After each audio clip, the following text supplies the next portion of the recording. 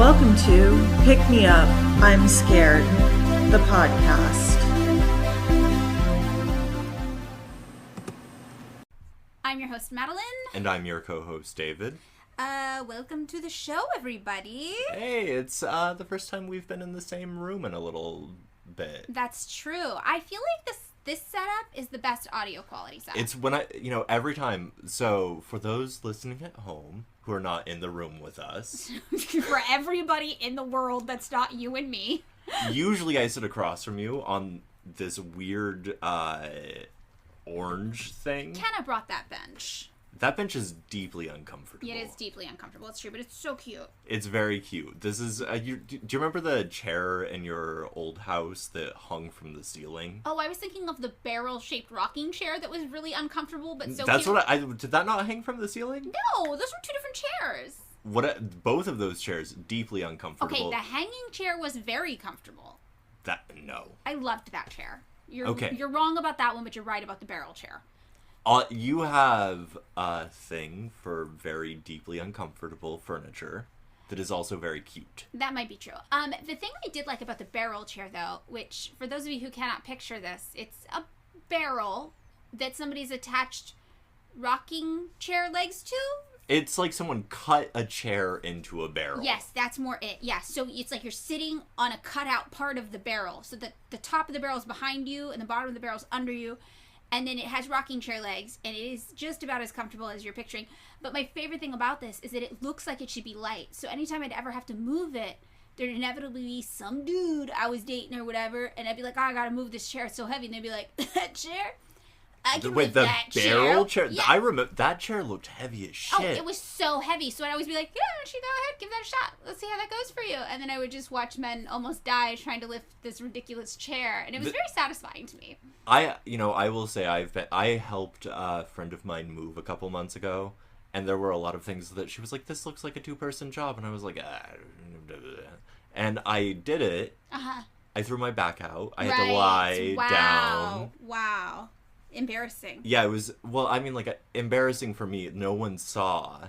Oh, you didn't tell her that you threw your back out? No, That was like a private shame That was later. like a private thing. Wow. Where I was at home being like, I'm old now. Mm-hmm. I'm You can't lift stupid. things like you used to. Yeah. I have never, look at me, Madeline. I'm basically a scarecrow. I've never been able to lift things. You lift my spirits. Oh, fuck off. Okay. So, let's start with housekeeping first. Yeah, okay. Okay, here's the itinerary for the day. We're going to do our housekeeping, our normal stuff. Then we are going to do a little recap of what's been happening with the student protests, because that's inspiring. And beautiful and shameful. Yes, all at the same time. And then we're going to get into our actual episode today, which is about something people like to call Coca-Colonization. When I was reading about it, I thought long and hard about those goddamn glass bottles. Yeah. At the taco trucks. Right. Yeah. Yeah. Okay, so starting off with our housekeeping, if you have not started following us on Patreon yet, you could. It's $3 a month. We post 2 bonus episodes there, and it is patreon.com/pickmeupimscared, and I think it's nice. We have a good time. I've started posting interesting declassified documents I come across as I find them. I'm also maybe going to post today a link to that mini documentary that I watched. Oh, yeah, the one about DPRK? Yeah, it's the Loyal Citizens of Pyongyang. Very interesting on YouTube, so I'll post a link to that maybe there today. And we did a bonus episode last week about Southern California conservatism, and we're going to follow that up with a second part. Yeah, that's right. It's a 2-parter. We're doing a 2-part bonus episode. Oh my god. I think it's the first time for that. So that's going to be interesting, going on over on our Patreon. And then the other thing I have to keep telling you about is the book. The book is still up for sale. They still want me to sell the book. The book is called I Survived Capitalism and All I Got Was This Lousy T-shirt. Consider buying the book. That's all. I made my friend Alex buy the book. Oh, nice. People like the book. I don't think I'm peddling garbage here. No, I'm not saying you're... she was like, what is this book? Mm-hmm. And I was like, you should buy it now. And I more or less forced her to do it in front of me. Oh, okay. I like that. That's the approach you guys should have. Force your friends to buy the book in front of you. Mm-hmm. I think that's good. Let's go with that. And then they can, cancel the order when you're not there. They can do that if they want. Okay, yeah. So the thing about the book is we do have the upcoming book tour dates. We have Brooklyn, May 17th at 7 p.m. at Powerhouse Arena. We have Philadelphia, May 19th at 6:30 p.m. at Harriet's Bookshop. And we have Santa Cruz, May 28th at 6 p.m. Bookshop Santa Cruz, and more dates to be determined. So go ahead and check those dates out. Guys, if you want to come, I think it'll be really fun. I'm really hoping Brooklyn and Philadelphia don't let me down, because every time I'm in Brooklyn and Philadelphia, everybody's so nice to me. I mean, I've never heard a bad thing from Philadelphia. We talked about this. Yeah, I love Philadelphia. Water ice, still my favorite saying in the English language. Right? Yeah. Right? I remember this. Yeah. Yeah, I think it'll be good. And then I think that's all I have for general housekeeping stuff. Oh, if you like the podcast, leave a review. Hey. On Apple? On Apple or Spotify. Okay, so if you leave a review on Apple Podcast, you're leaving it for like the entire podcast. And that would be cool. And then if you leave something on Spotify, it's episode specific, and it doesn't have to be a review. It's just a way for you to like engage with it. Oh, so it's like a comment section. It's kind of like a comment section, yeah. And I like reading what people say. I think Wait, it's pretty fun. You can do this. This is new on Spotify, right? It's been around for like a year. Oh, okay. Yeah. Well, I have some angry comments to leave on various podcasts. Oh, so your weekend. Gonna wrap up nice. My weekend is going to be Booked and busy, baby. aggressively annoying. I love that. I will be aggressively annoying. That's what I figured, yeah. Yeah. I love that for you. Okay, so the next thing we wanted to do was just do a little like Monday morning quarterbacking of what's been going on with the student protests. I mean, it's been beautiful to see. It has been beautiful to see. USC is basically shut down. Yes. Right. One of the things that is noticeable, so my alma mater has an encampment. Okay, cool. Evergreen, which is sick. It's been interesting to see that, like, Evergreen hasn't made the headlines because it's a little state school. Right. A lot of this is Ivy Leagues. It's like Columbia, it's Harvard, or like, if not, it's like rich kid schools. Well, something I think is interesting is that it's not just those schools, but those schools are getting the most press, like you mentioned. So, like, Evergreen is a state school, and they're doing an encampment too, but they're not getting a lot of press. I wanted to look this up to talk about it, but Cal Poly, Humboldt, they literally, first of all, they kettled the cops. Wait, Cal Poly's the one where they did the fucking barricades, right? Oh, yeah, they set up barricades, they claimed 2 buildings, they kettled the cops. Like, Cal Poly did not come to play. Like, yeah, they are killing it right now. They went full Les Mis on this shit. They really did. And somebody I follow on Twitter, Calla Walsh, was like, nobody's talking about this college, and I suspect it's because it's a working class school, comparatively speaking. It's like a commuter college. Right, but they are the ones who are, the working class is delivering, right, on these really strong protest techniques, and that is super inspiring to see. But you're right, David, that the Ivy League schools are getting the bulk of the media coverage. And I mean, like, there's, like, an upside and a downside to that, which is, like, right, the presumed future, like, the presumed hegemonic future. Yes. They're not having it. The rich kids aren't rich kidding like they used to. They're mad. Yeah, which is, like, this is what happened right, also, all of these schools had history in 68, right? Mm-hmm. And they're doing it again. Right. And so it's interesting to see the administrations of these places try to both live up to the reputation of their schools as these places where radical thought happens, and also straight up call the cops on some fucking 18-year-olds. Well, I think the way this is really coming across is that we see the faculty, right? The faculty is standing with the students overwhelmingly. Like that one woman got arrested on our Ivy League campus. The philosophy professor? And somebody on Twitter tried to drag her because she yelled, "I'm a professor," thinking that would save her, but everybody else on Twitter was like, they're literally getting arrested for trespassing. So it's like her yelling, "I'm a professor" here. She's saying, "I'm not trespassing. I'm supposed to be here." Wait, this is the woman who, when someone was like, "What can we do?" was like, "I am the head of the philosophy department." This is different. Oh, okay. I know this. Oh, this was a different woman. Yeah. No, this other woman literally just got arrested, and she yelled, "I'm a professor," as she was getting arrested. And some people were like, "Sorry, white lady, being a professor doesn't save you from the police." And all these other people were like, first of all, this is not really the time for identity politics, like, weird.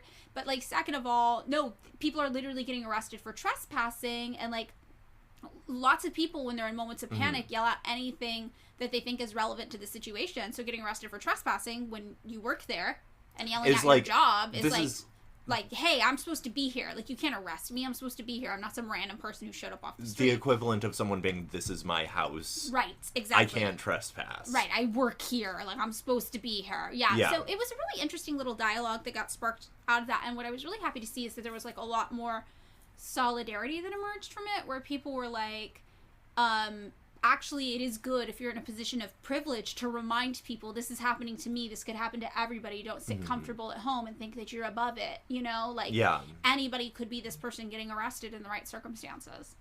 Which is, I mean, you know, to go to the woman I was thinking of. Yes. Right.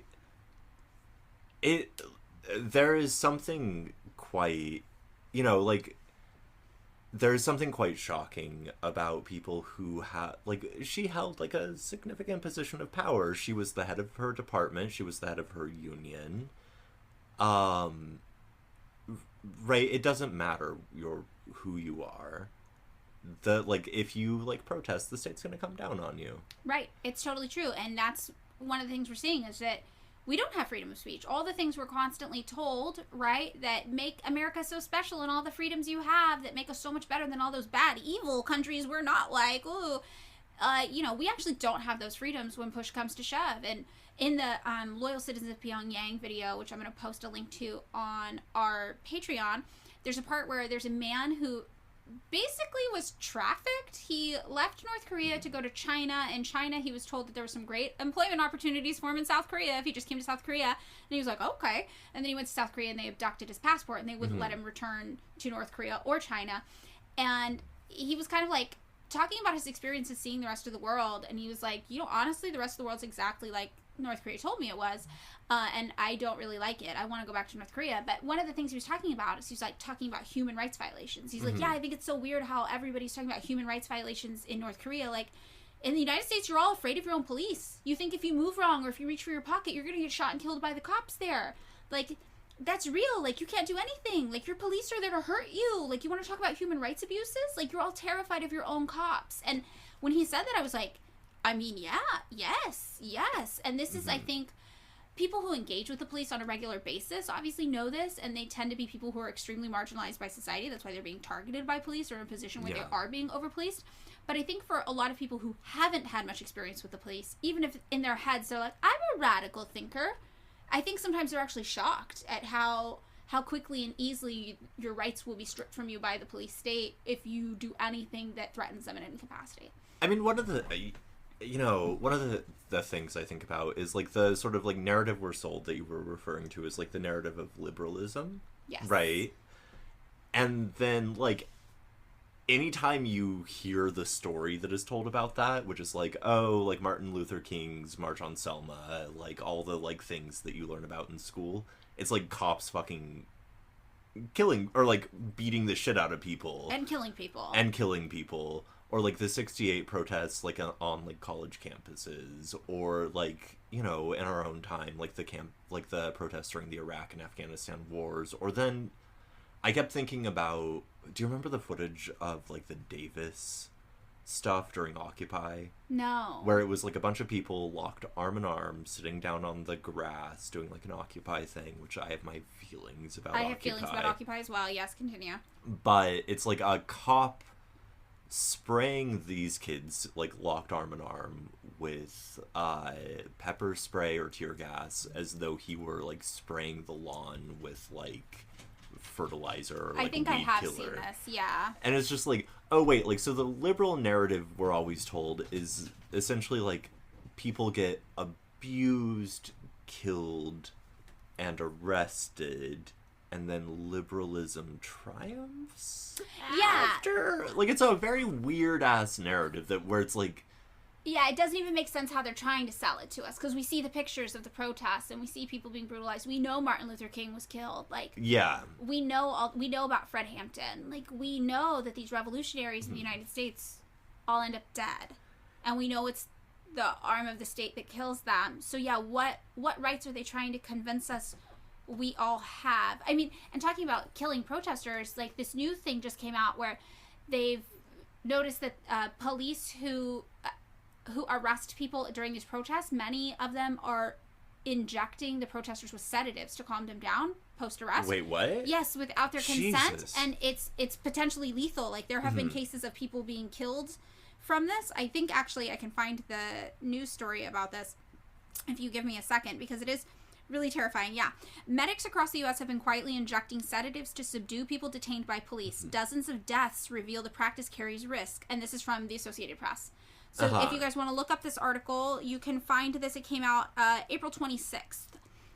So 2 days ago, as of the day we were recording this, and it is all about this practice. So if you're restrained by the police, this is something very real that could happen to you, and you could die. It's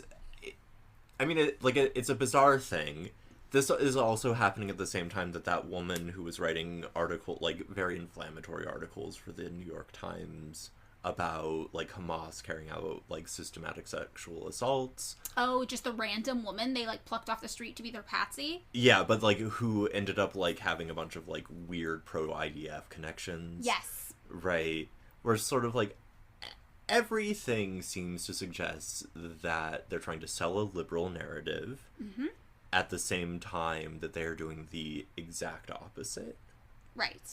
And by they, I happen to mean both, like, the news media and, like, the, like, police arm of the government. Yes, and the political arm of the government. Yeah. Every arm of the government. Yeah, no, that is totally true. Yeah, I don't know. The protests are... It's inspiring. I guess the thing that's inspiring to me is to see that for years of our life, it felt like nothing would ever change. Like, I feel like maybe when we were teenagers, there was like a day of silence thing for Gaza. Well, it was, I mean, when I was in college, we did, like, a BDS thing. Right. Which I think I've talked about with you in, like, podcast form. About the fact, because I was, like, a little dispirited, because I was like, well, we got some hummus taken out of the local co-op. Yeah, right. Yeah. Like, and at the time I remember being called an anti-Semite and all of the things, and having, like, it was like a whole fucking meshigas over us protesting, like, a tiny-ass co-op. Right. So to see opinion shifted thus, like, this far. And this fast. Which, who knew? I mean, it's very inspiring. I just remember when we were in high school, being like, hey, I think Israel's kind of fucked up. Everybody would look at you like, what are you talking about? Like, you didn't even have room to vocalize that belief. And there's no way you could have even, like, talked about it. And basically when, on October 7th, when the Palestinian freedom fighters broke through the wall and entered Israel, my cousin, who I don't talk to that often, she posted on her Instagram little, like, notes thing, Free Palestine. And this is, like, so not her vibe. Like, if you think about her, she's, like, got big hair and big lips. And, like, she's very, like, I'm a hot bimbo. Like, I don't think about anything. Like, I just am hot. Ooh. And I always loved this about her, obviously. But she posted this, and I was like, oh, her husband and kids are Palestinian. And, like, I totally remembered. I was like, oh my God, I have a Palestinian family, but we just, like, never talked about it before because there was never a space to talk about it socially. Yeah. Like, a whole area of my family is Palestinian, but, like, we just never talked about it. And, like, to see her post that, I was like, oh, something's changed. Like, she feels comfortable being like, yeah, Free Palestine. Like, it's on, it's time. So I think that is something that it's easy to get disheartened and, like you said, dispirited, but, like, there's that quote, right, where it's like, sometimes years happen in a week. I think it's like a Lenin quote. Oh, yeah. Yeah. No, I mean, the thing that I keep thinking about is that, you know, October 7th was, like, a very, like, peculiar thing to experience. Yeah. In the sense that, like, on the one hand, you were like, oh, I don't want just, like, random people to die. Like, that's not something I feel great about. But then, like, to have the narrative become, like, it was treated as a terrorist attack that had like all terrorist attacks are treated in the U.S. media, had no context. Right. And so it felt very bizarre to be like, I mean, I think there's like the conversations I had to have with my family. You know, you've met my parents. You know my parents. Very, like, NPR liberal tote bag type. Yeah, where it was sort of like, look, there's a context for this. Yeah. And the amount of pushback I got where it was like, this is bad, like, these people didn't deserve to die. I was like, yeah, I don't think anyone deserves to die. That's not something I think. Right. There's context for why this is happening. Right, and later on to see even, like, all the people who died, and you look at, like, now we know, like, a lot of these people were killed by Israeli tanks. Yeah. A lot of these people, like, were killed by their own military, their own state, because the thing we all have in common as, like, people in the world without power is that none of our states care about us. I think something that's really interesting, too, is, like, I don't know if you've seen this, but there's, like, everybody in Israel is protesting, like, Netanyahu as though he's the reason this all happened. I mean, like, the Netanyahu protests have been going on since before October 7th because of the way he was fucking with the Supreme Court there. Yeah. Right? What is more interesting to me has been, like, the exodus of people. Sorry, that was a weird word, but biblical type word to use. Oh, I didn't even catch that. But you're saying a lot of people have been leaving Israel. Yeah. And they're able to do that because they have second homes, or Israel was their second home. Or it's like they have dual citizenship with... Yes. Yeah. That is true. And it's been really fat because it's sort of like, I mean, this has always been... It's, you know, Israel is like an interesting lesson and that sort of like came late in the history of nationalism. Where it's like, nationalism has been a failed ideology for...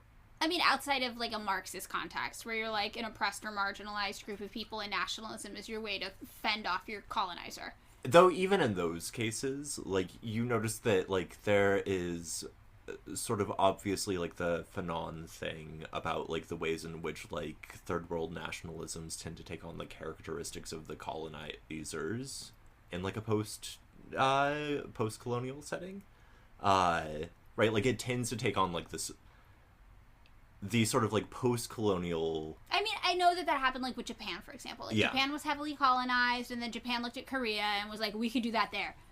But, like, right, in the sense that it tends to take on the same sort of power structures within the country. Mm-hmm. It just supplements, like, an indigenous oppressor class for, like, an exogenous oppressor class. Like, that's, like, the, like, Fanon critique of third world nationalism.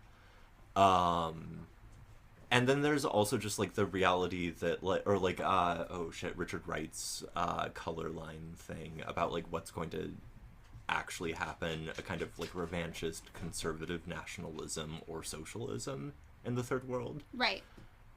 And it seems like in a lot of cases, like, a revanchist conservative nationalism did happen. Where are you thinking?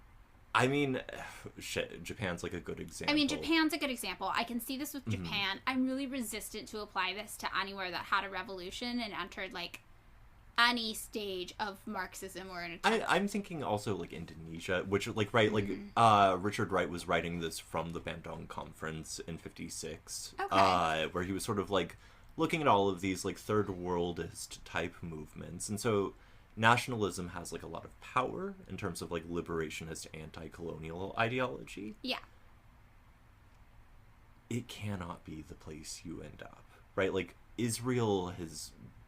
I think Israel has taught us that nationalism as an ideology fails because it ends up creating sort of, like,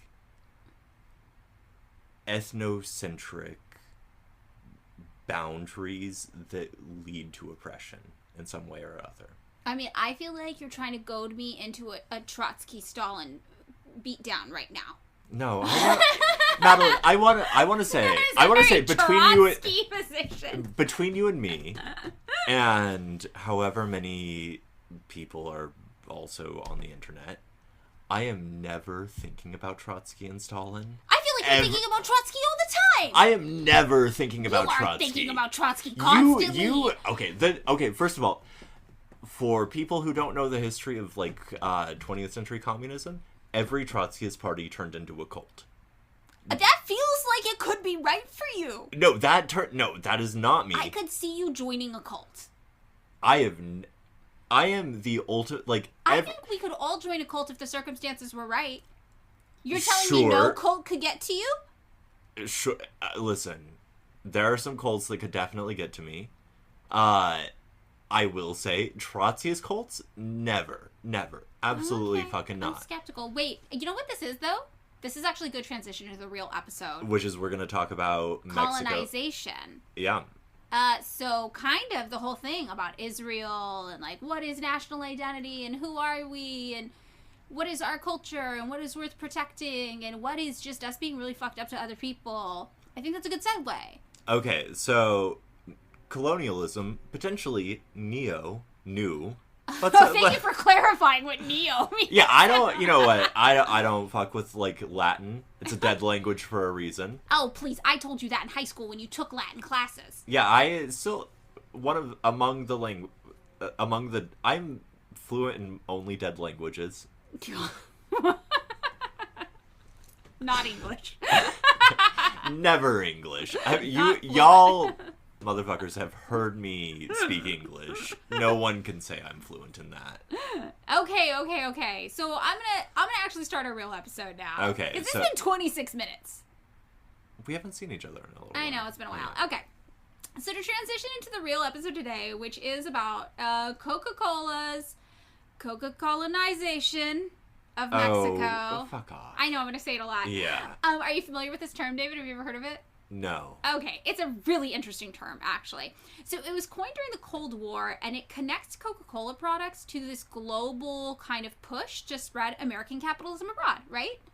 Okay. They're like, you hate communism, you hate socialism, you love consumer goods like Coca-Cola. And, you know, Coca-Cola is, like, the best marketed thing. Like, even I was telling you, like, the fucking glass bottle Coke at the taco truck. Yeah. Every goddamn time. It gets you. You want it. I want it. The Mexican Coke, especially with the real sugar.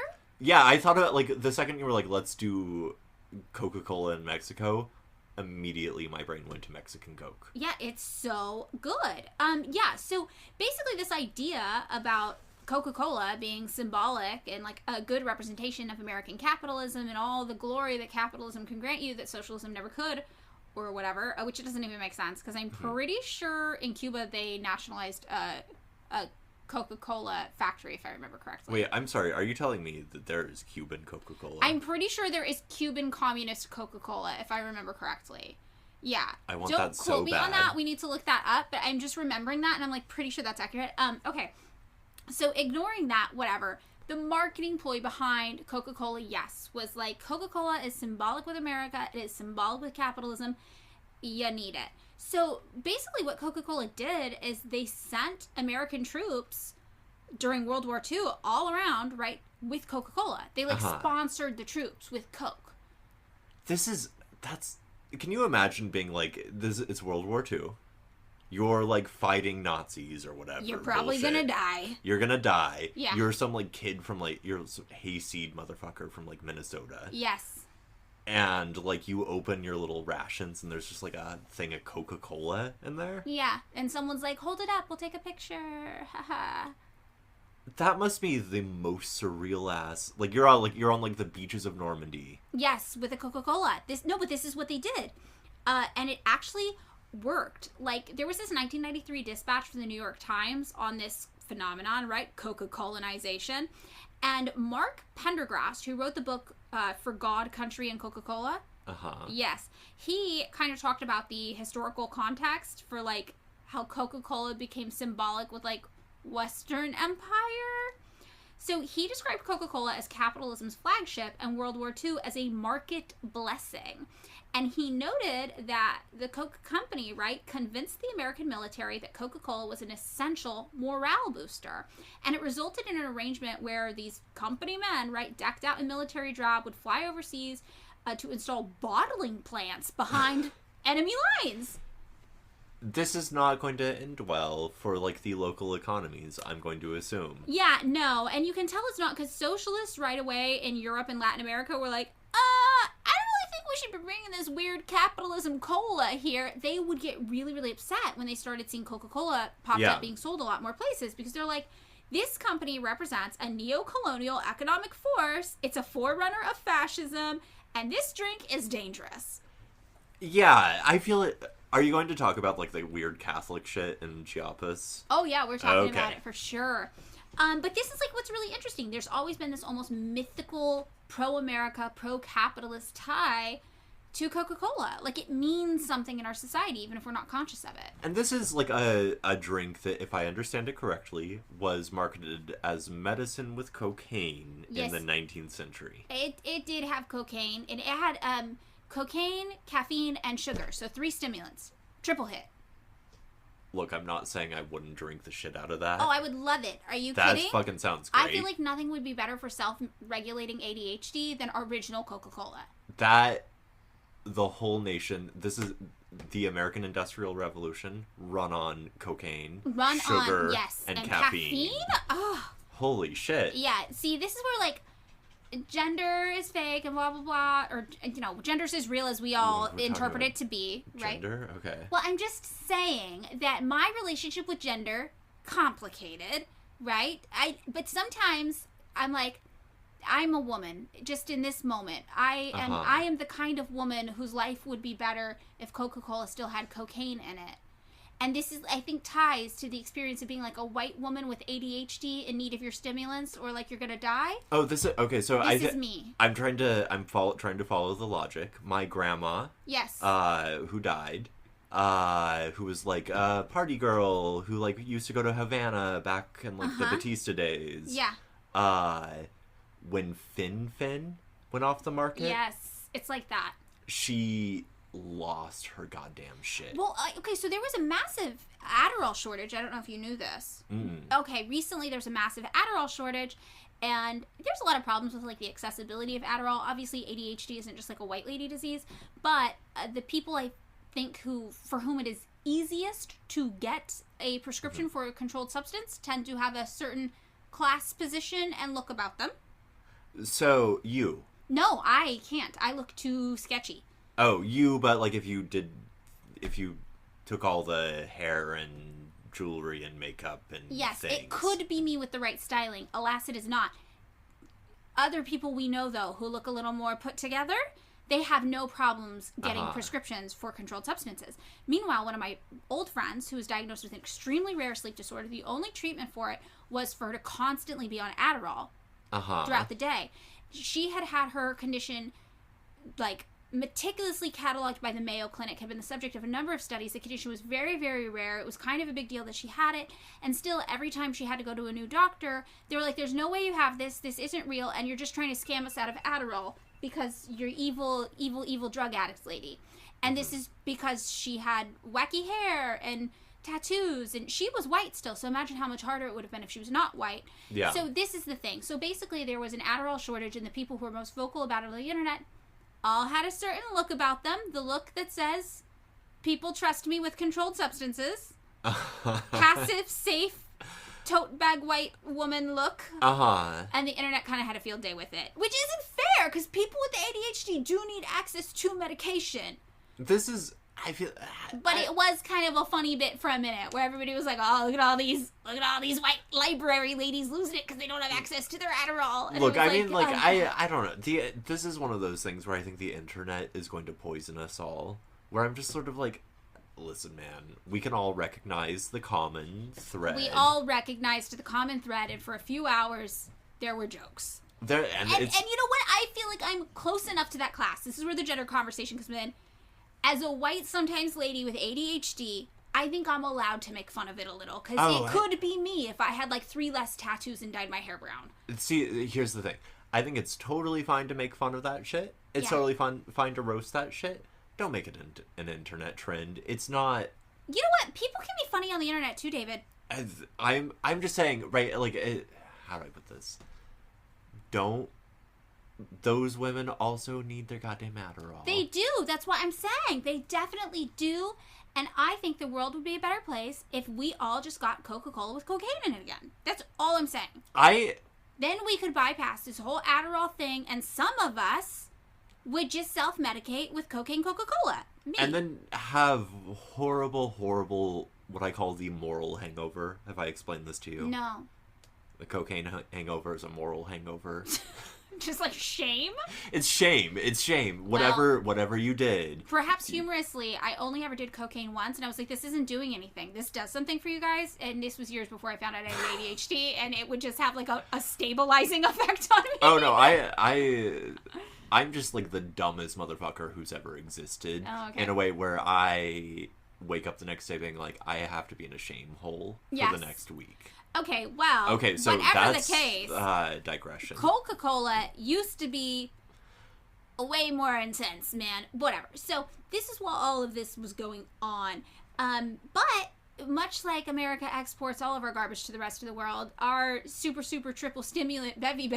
But like this is like post cocaine. This is like just high fructose corn syrup I like think Coca-Cola. by World War II, this is the point we were at. Yeah. Or at least everyone's It's at drinking. least the cocaine is stripped out of it by this point. Everyone is drinking what we now call Mexican Coke. Yes, with real cane sugar. So a great example, though, of this idea that, like, Coca-Cola always represented some sort of neo-colonial economic force, right? That it was a forerunner of fascism, that it did have these dangerous side effects, both personally and culturally, comes from an ad Coca-Cola themselves put out in 2015. And somebody named Jordan Thomas wrote a good little piece about this. I'm just going to quote the whole thing that this person wrote because it's great. And it says, on the surface, the advertisement glows with positivity. The video states that many Mexican indigenous groups are ashamed to speak their native languages, and it shows beautiful white youth going to a Mixe village to wish them a Feliz Navidad. The young beauties guzzle Coca-Cola as they bring light to the indigenous village, and the ad ends with a final plea, open your hearts. The manipulative genius of the ad very smoothly creates an association between accepting indigenous cultures and drawing them into the consumer economy. Coca-Cola is not selling a product, but an idea. Opening hearts equals drinking Coca-Cola. Drinking Coca-Cola equals opening economies. The white youth are bringing acceptance and love to the indigenous by bringing them commodities. Beneath the bubbly surface, connections are created between acceptance and love, commodities and consumerism. This association can spell the death and degradation of indigenous cultures. Many indigenous cultures in the world retain lifestyles that pivot upon local economies, local food cultivation, and trade within the community. The values, beliefs, and languages of these groups tend to be intrinsically intertwined with this lifestyle. The cash economy is often supplemental rather than entirely necessary. This grants indigenous groups a level of choice and autonomy.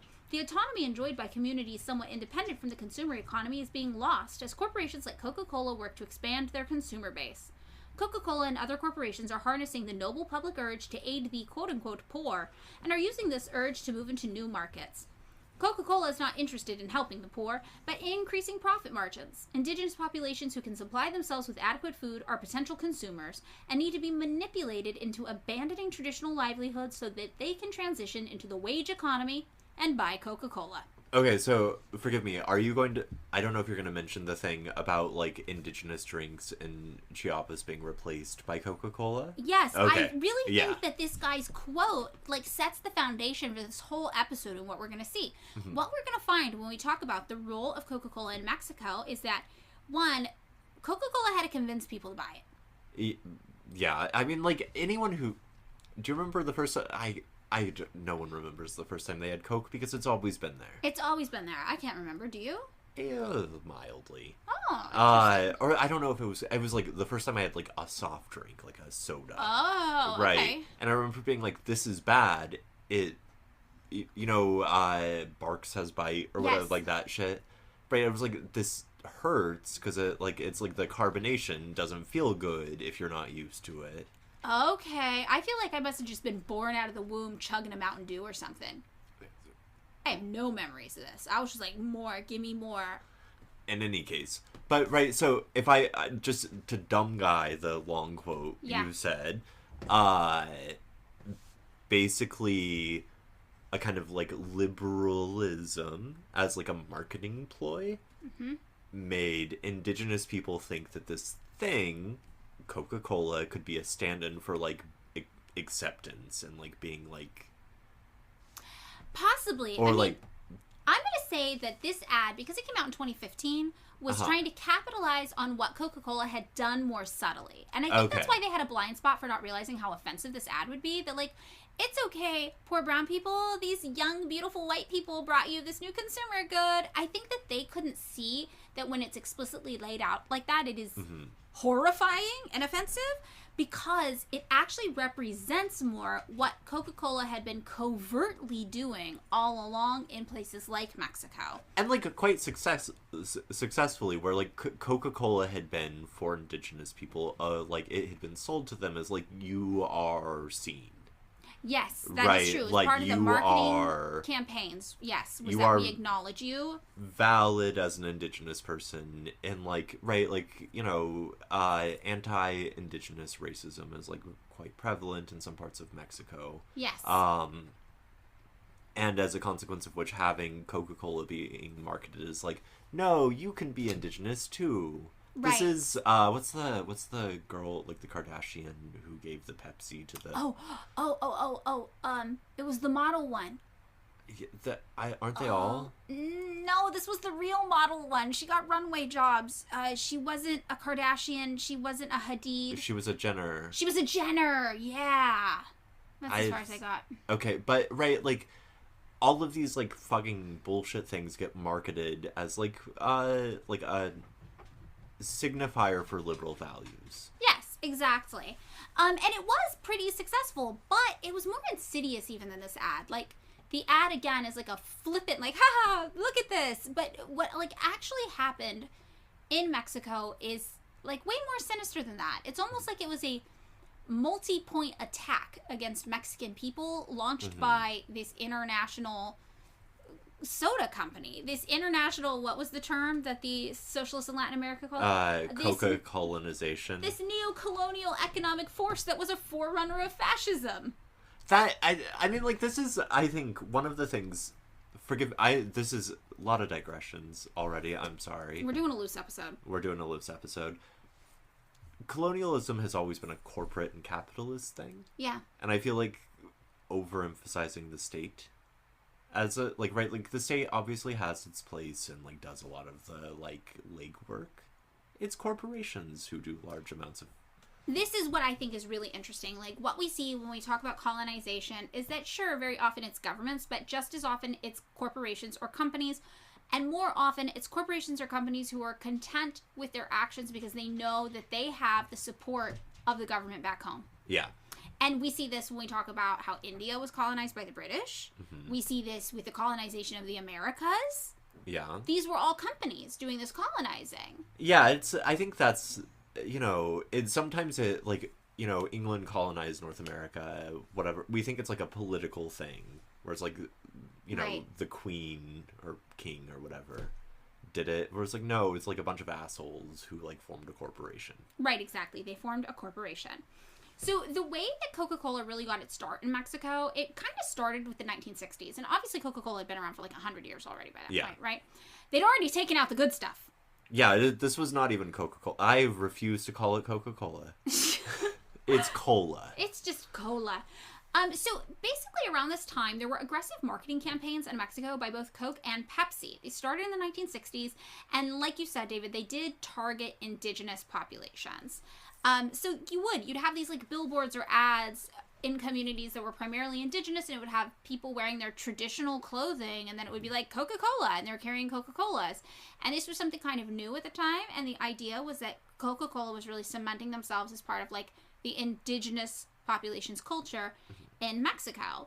And they even attempted to like integrate their sodas into local religious practices. And a lot of the local religious practices in Mexico in the time would blend Catholicism with like Maya rituals, because it was like an area that had a large portion of it had been what we think of as like the Mayan. Is this specifically because like Aztec stuff is more northern and central Mexico, if I understand? And then Maya was closer to like the Yucatan Peninsula. Yeah. So especially the Yucatan Peninsula, which is towards the south part of Mexico, was affected by this, but it was kind of everywhere as well. So basically, any sort of like folk medicinal religious practices that were going on in these populations, Coca-Cola was like, I think we can get in on that. Yeah. Which is just so sinister. It's like Ritz looking at the Catholic Church and being like, we want to be your cracker guys. You know, like, listen, body of Christ, put some salt on that. Delicious, the body of Christ. Oh my God. I could snack on the body of Christ all day. Right. So for decades, these companies would produce billboards in local languages, often using models, that had traditional, for example, Tzotzil garb, like that was a tribe or a group of people down there. So marketing strategies would include these huge billboards with these smiling indigenous models, religious references, and slogans written, in indigenous languages. And local indigenous leaders around this time also took control of like the concessions for the distribution of Coca-Cola and initially Pepsi too. Do you mind if I ask a question? Yeah, what's up? So how were indigenous people doing in Mexico? Like, specifically in southern Mexico and Chiapas? They were an oppressed minority, right? I mean, yeah, there was some oppression. More than that, it was just a poor region. However, it was really plentiful in renewable resources. Water. I mean, there was a lot of water. Water was abundant. Yeah. It was lush. It was nice. These were smaller, poorer communities for sure. So, right, but, I guess what I'm asking is, what was, the incentive to, hook up with Coca-Cola? Oh, I mean, yeah, they were targeting people who had been previously ignored by other companies, certainly by other marketing campaigns, definitely. And this also happened at the same time that evangelical, Christian churches were making trips to these areas that were a little off the beaten path, full of indigenous communities, and pressuring them to stop drinking alcohol. Because there was an indigenous drink that was used in a lot of ceremonies. Are you thinking of pox? Yep. Yes. So they were using an indigenous alcohol called pox, right? That was part of religious rituals, spiritual rituals, and so because of these things, because they're like, oh look, Coca-Cola is reaching out to us, and then now indigenous leaders are taking control of concessions for the distribution of Coca-Cola, and they're like, I can get us Coca-Cola, and then you got the church coming in and being like, don't drink, you're going to hell, and they're like, we'll just use Coca-Cola instead of pox, which is, so they started using Coca-Cola, right, to basically worked in tandem with their religious rituals, and this kind of gave it a seal of approval, right, for the common people, and it also helped create this belief that Coca-Cola had magical properties. Maybe it had the power to heal, and it became a social status symbol and even a marker of good hospitality. Someone would come to your house and you'd be like, don't worry, I'll get you a Coke. So it really started in the 60s to cement itself into Mexican culture, but in particular indigenous Mexican culture. So it also began to replace another traditional drink that had been made of fermented corn dough, which was called pozole. Yeah, when I was reading up on this, it seemed like pozole was used as it's an energy drink. It was kind coffee. of like an energy drink, kind of like coffee, exactly. So yeah, Coke, because it had caffeine in it and sugar, both stimulants, started to get used instead of that. So there's this doctor, Marcos Arana, a medical doctor and an activist based in St. Cristobal, which we'll hear a lot about St. Cristobal coming up. And Marcos Arana likens Coca-Cola's strategy in kind of permeating Mexico to the same strategy used by gangs that sell drugs, right? Basically, they're they have these large networks of small dealers. And it's driven primarily by the need to feed their own habits. So it's really interesting. So the way they did this is they wouldn't focus on major distributors. They'd focus on you've got a corner store next to your house. Or this doesn't have to do with Mexico specifically, but there was this one kind of Coca-Cola, we're doing great company meeting where they emphasized this woman in India who started a store in her living room and was selling Coca-Cola. Who presumably was also a buyer. Yes, right, exactly. or a user. And this is what Marcos Arana is getting at. People wanted Coca-Cola, so they would buy it so they could have it, but then they'd also sell it. And then just kind of Coca-Cola became everywhere. And so, the capitalist argument here, if you're, some bro, it's well, Coca-Cola is just that good, man. I mean, kind of, yes. But, Coca-Cola turns out is not, the taste, whatever. I like Coca-Cola. I think it tastes good. It's call me the precursor to fascism. I like the one you get at the taco truck. I like that one. No, that's the Mexican Coke. The like regular one, the one that you get in the plastic bottle. Not as good. No. It goes glass bottle with real sugar. Then second is can. Can. And then third is plastic bottle. That's Ugh. God.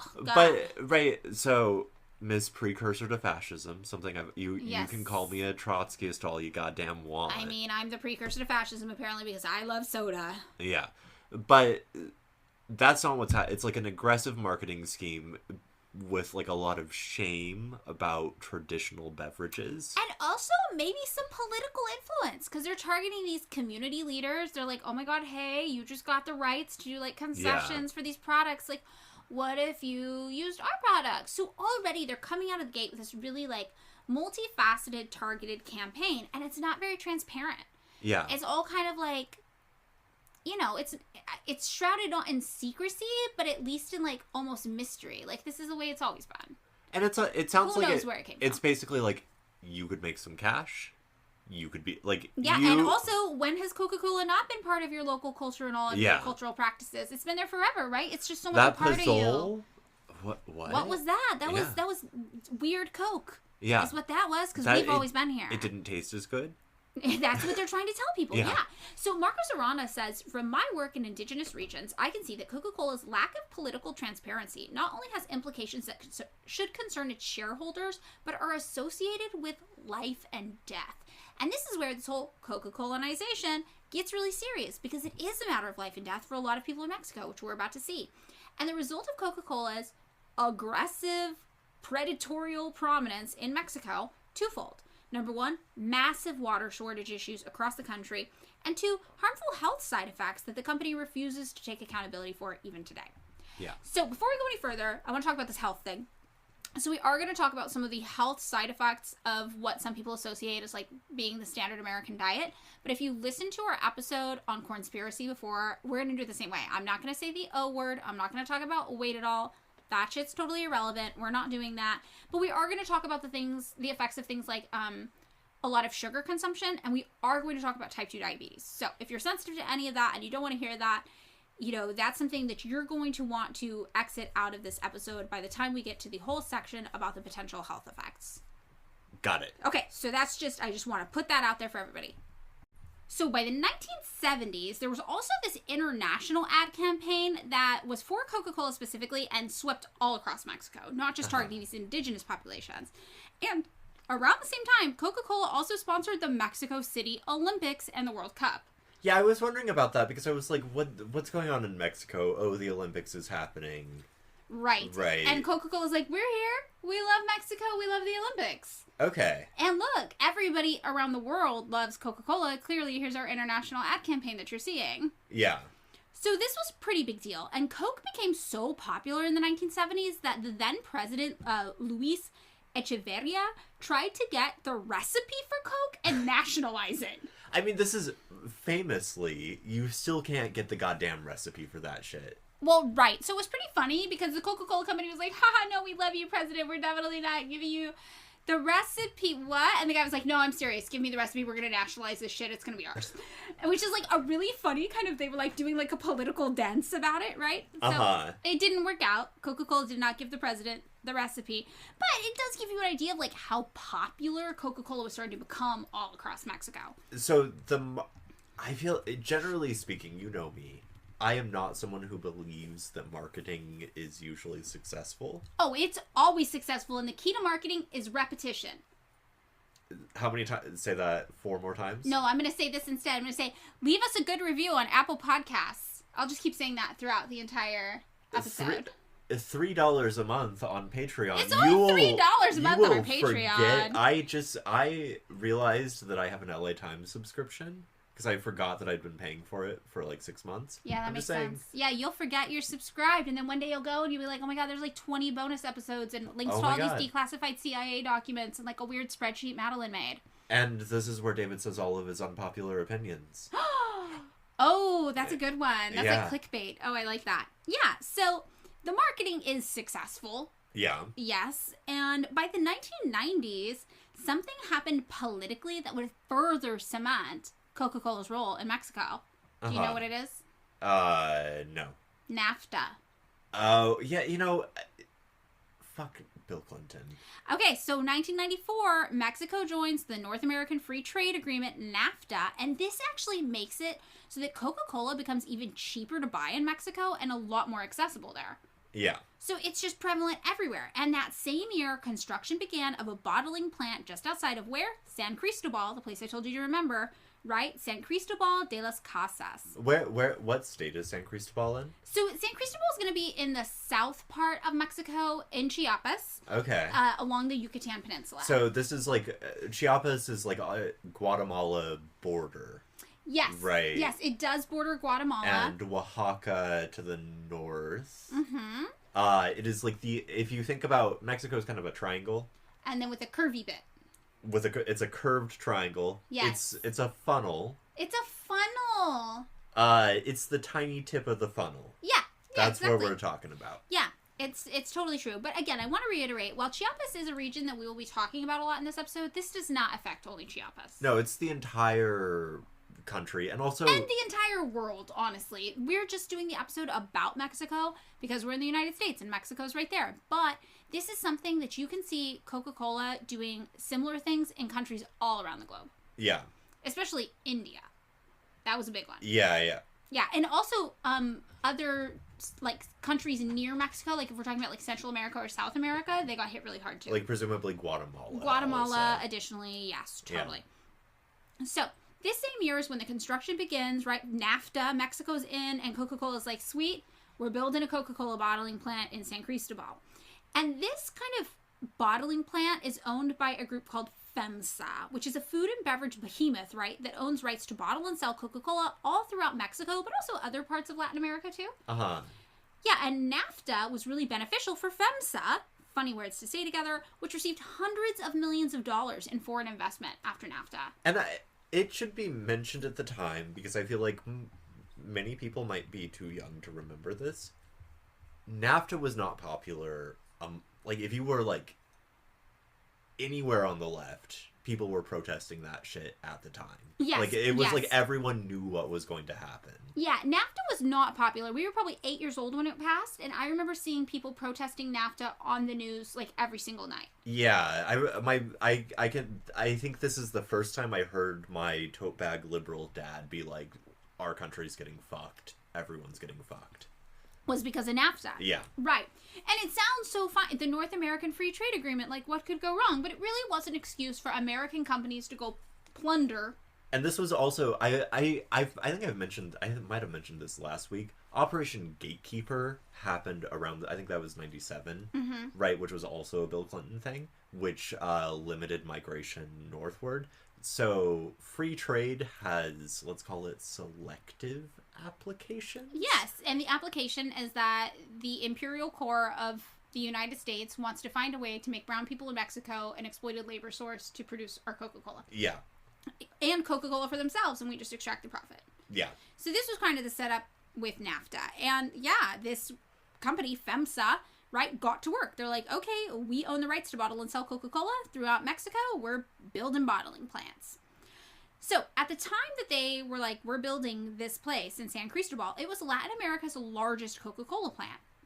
And they were given permits to draw water from one of the leading groundwater sources in the country. And this immediately attracted widespread criticism. The people were like, wait, why are they taking like all the water? Like, I don't understand. And this is something we're going to see play out in a major way when we get deeper into this episode. So in 2016, the company FEMSA, right, was estimated to use over 1 million liters of water a day. Jesus. Yeah. So when we talk about when they're starting to build this thing in the 90s and the country's government is like, yeah, just use all our groundwater. Like, the locals see the writing on the wall. They're like, oh, you mean use all our groundwater? And which presumably also people do need water to like live and like grow shit and like also drink. Food grows where water flows. Okay. Central California, baby. But no, this is true. And people in Mexico are already suspicious of this. They're like, this doesn't sound so good.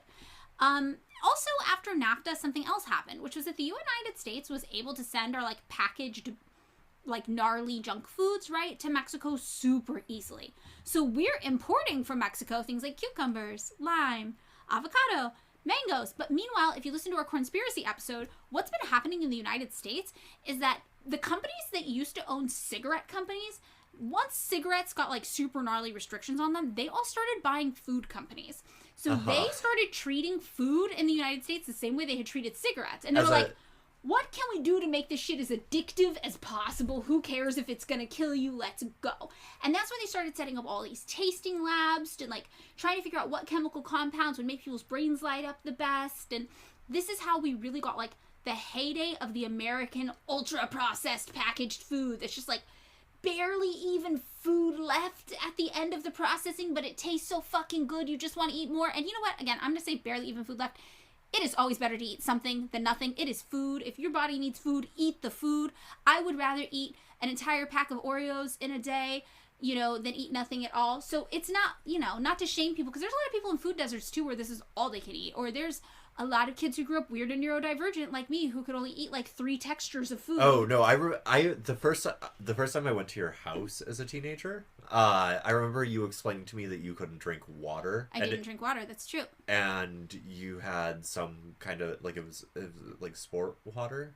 Yeah, vitamin water. Yeah, is all I could drink because I never in my life drank water. Like a glass of water was like I've never had drinking a glass of water. Pre-vitamin water. It was the one that came Propel. Propel. Yes. There we go. go. Propel. That was it. But I don't think I think there's a difference between shaming someone for their food and what, because like as I've said, I love a Mexican Coke. Right. Right. No shaming. No shaming for the people eating it. Definitely shame though for the mega corporations that are like, let's get him as close to death as possible and not give a fuck and extract profit out of this whole thing, huh? Shall we? Which is, capitalism works by being like, let's get them as close to death, but in a way where they want to do it over again. Exactly. That is the best explanation of capitalism maybe I've ever heard. Like, if we had merch, that could be the shirt. You've been talking... Maybe we should get a shirt that people want to buy. On our Patreon, which is just $3 a month. Which you will totally forget about. Yes. See? Marketing.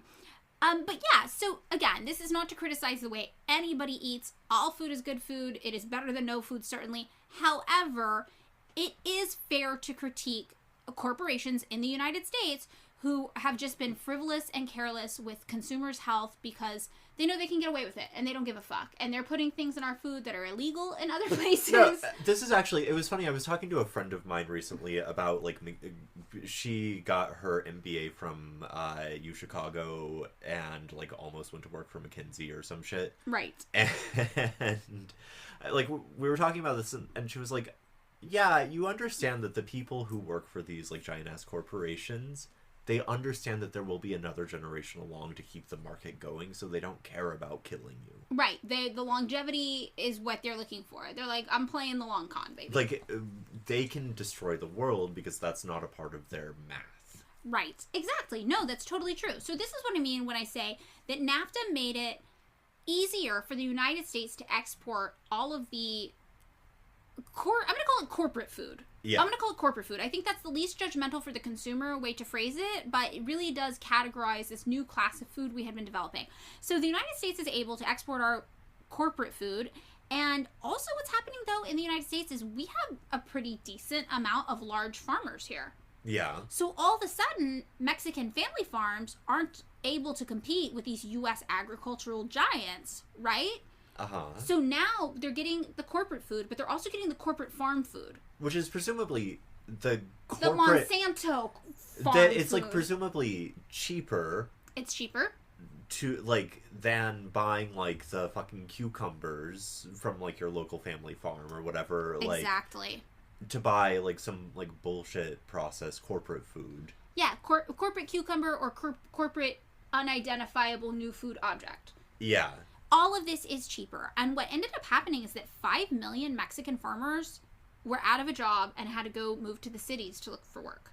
Or presumably become migrant labor? I'm not sure about that. Yeah. That would be an interesting tie-in to look at. But yeah, 5 million Mexican farmers were displaced into the cities. Okay. We do know that. And there's this Salon article about it that says it was a forced conversion of sorts, where U.S. fast food restaurants and corporations that specialize in selling cheap poison in pretty packets were given even more room to take Mexican resources and run the show. Okay, so if I understand correctly, this is also happening on our side of the border, right? Like like corporate farms are taking over our food supply. Definitely. And again, if you guys haven't heard our episode Cornspiracy, it talks about all of this. It's a good kind of background. Yeah. You don't have to listen to it first, but if you listen to it after, you'll be like, oh yeah, I understand what that was talking about. So, right, like the same kind of let's call it less healthy. I mean, I don't want to be the person who says that there are good foods or bad foods, but because that's damaging for people to hear. That's not a good way for you to think about food. Like, if you are hungry, you need to eat. That is first and foremost. Eat food. But I will say that it is the types of foods that corporations are creating because they do not give a fuck about us. Yeah. And they just want to maximize profits. Again, they're treating food like cigarettes. They're like, get them addicted to this one product. Which isn't, okay, let's not discount health shit. Yeah. Is far from like indigenous or native ways of consuming. Yes, it is very, very far removed from how people in Mexico were used to consuming food. Yeah. Basically, the United States did what we always do. We took all of our bullshit and we dumped it on the rest of the world.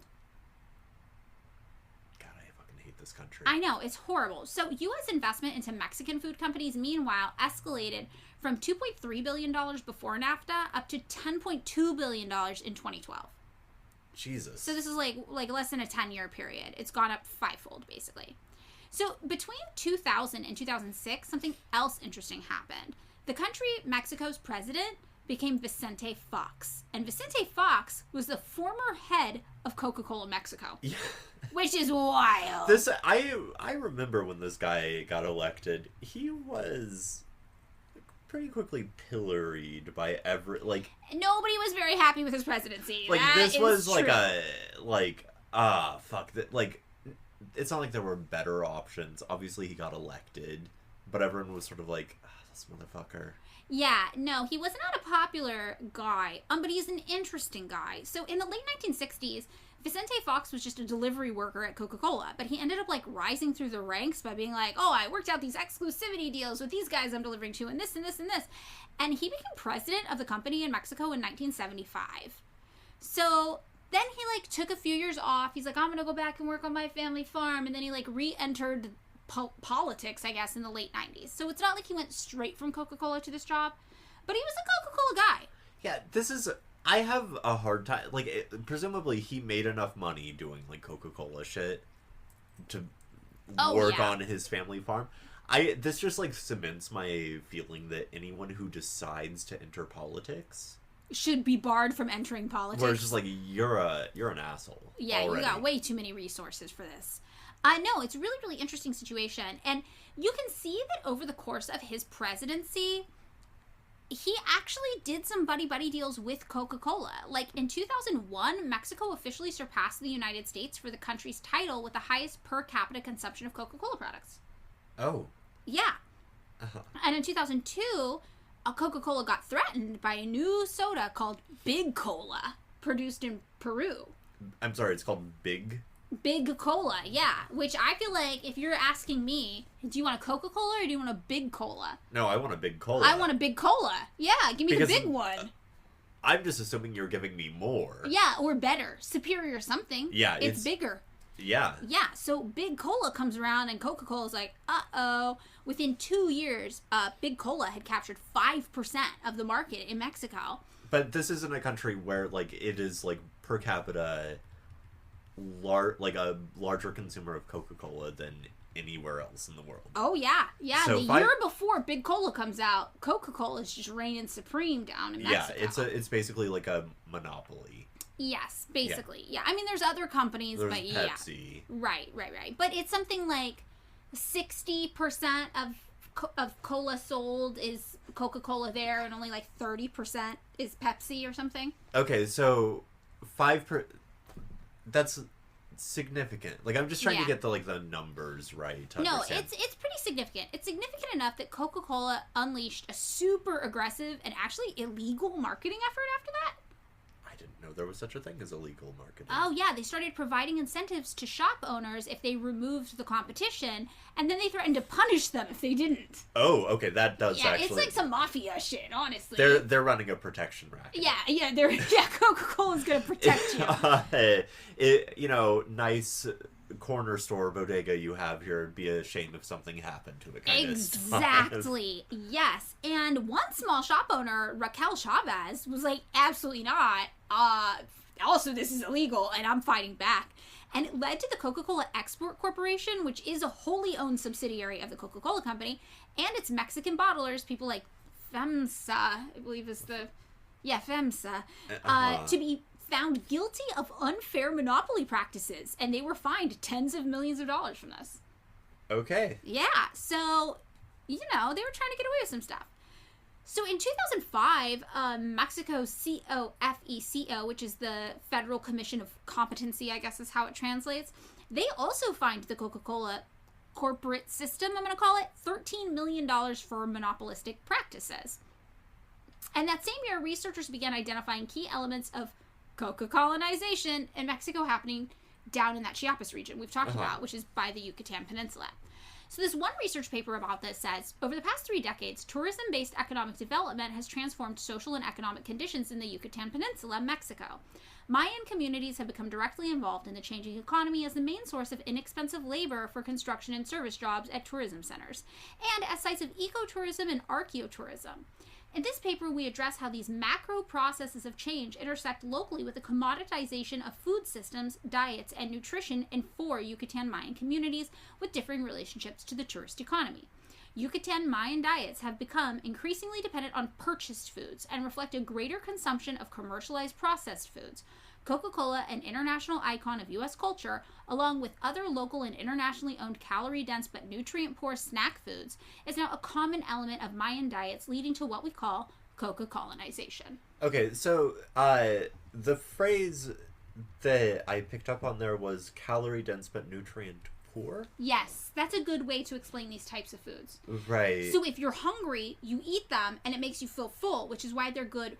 Poor people often will eat these types of foods. I grew up eating these types of foods for the same reason. Me and my dad didn't have a lot of money, and they're accessible, they're easy to find, and also if you live in a food desert, they're usually shelf stable, meaning these kind of corporate gas station, corner store type people can buy them, leave them on their shelves for as long as they want, and there's no risk if they spoil. One of the things I do remember reading about pozole, the cornmeal thing, so that is shelves, or was quote unquote shelf stable. It was often the fermented cornmeal balls were packed so that you could use them on long trips. Oh, that's really cool. But I do remember there was a villainization of this is unhealthy, this is weird and bizarre and rural. It was basically your poor trash. Yeah. Kind of campaign not against like us glamorous American Coca-Cola drinkers. Which I understand that would have worked on me. I'm just gonna be on it. If someone was oh, you're poor white trash for drinking this weird thing that is shelf stable, that provides you energy. Yeah. That is indigenous.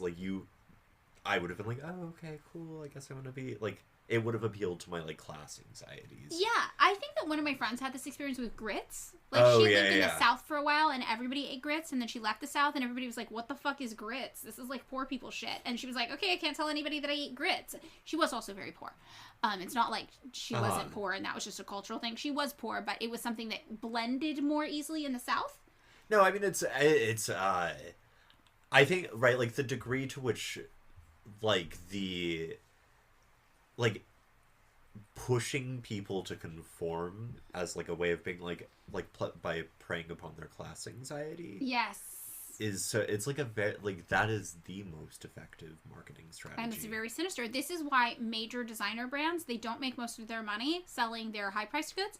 The most important products, if you work at a designer high-end company, is what they call an entry-level price point. Yeah. The aspirational customer is who you're going after. So let's say you work for Dolce & Gabbana or something, major company. And let's say you're selling, I don't know, clothing for thousands and thousands of dollars. Uh-huh. Let's say you have a dress that's $50,000. Okay, but then let's say you have a simple black t-shirt that's $450. But it has like a logo on it or something to signify to someone. Maybe not even though. Maybe you just know it's a Dolce & Gabbana shirt. Okay. So whatever the case, it might have a logo, it might not. That $450 shirt is not going to be purchased by a person who usually wears Dolce & Gabbana. It's someone who can barely afford it. It's the person who can barely afford it. Those are most of the customers for designer brands. Yeah. The majority of people buying designer clothing are people who cannot afford it. But it's, I mean, I think, right, especially in like a post-NAFTA, yeah, like a globalized economy that is suddenly being like forcibly open to these multinational corporations, forcing people or like insisting that people like play in the global marketplace is an effective way to get them to buy your bullshit. Well, right. That's like the guy who was breaking down the commercial, the Coca-Cola commercial, where it's like, we give you the gift of consumer goods, and now you must engage in our market. And it's, right, this is a good way, you know, I made the joke about liberalism at the beginning of the episode, but like liberalism is basically like, hey, you are fine just as you are so long as you buy our shit. Exactly. Yes. Come one, come all, and purchase us. Yeah. Yeah, totally. So U.S. journalist Beverly Bell reported in a 2006 article describing Coca-Cola's negative impact in Mexico that Coke was controlling, this is where that statistic comes from, 60% of the soda market. She also noted that people in Mexico consumed an average of 483 8-ounce glasses of Coca-Cola per year, in a country where more than 12 million people did not have access to potable water. And this is important. So I just dumb guy brain. Yeah. 483 8-ounce things. Yeah. That's about 2 cans of Coke a day. Yeah, or a little less. 365 days a year. It's about 1.5, let's call it. Yeah, for every person in Mexico. But the important thing that she points out here that we're going to get into later is this is also in a country where people don't have access to drinking water.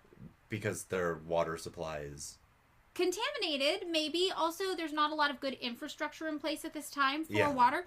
But also, as we're going to see, their water supply is getting drained by Coca-Cola. That was what I was going to say. It's like, oh, like they don't have access to water because Coca-Cola is taking all their water to make Coca-Cola. Exactly. Ding, ding, ding. So, from 2000 through 2006, Coca-Cola also got a lot of help in its efforts to privatize water from Vicente Fox, the president at the time, right, who, again, prior to his election, was president of Coca-Cola in Mexico.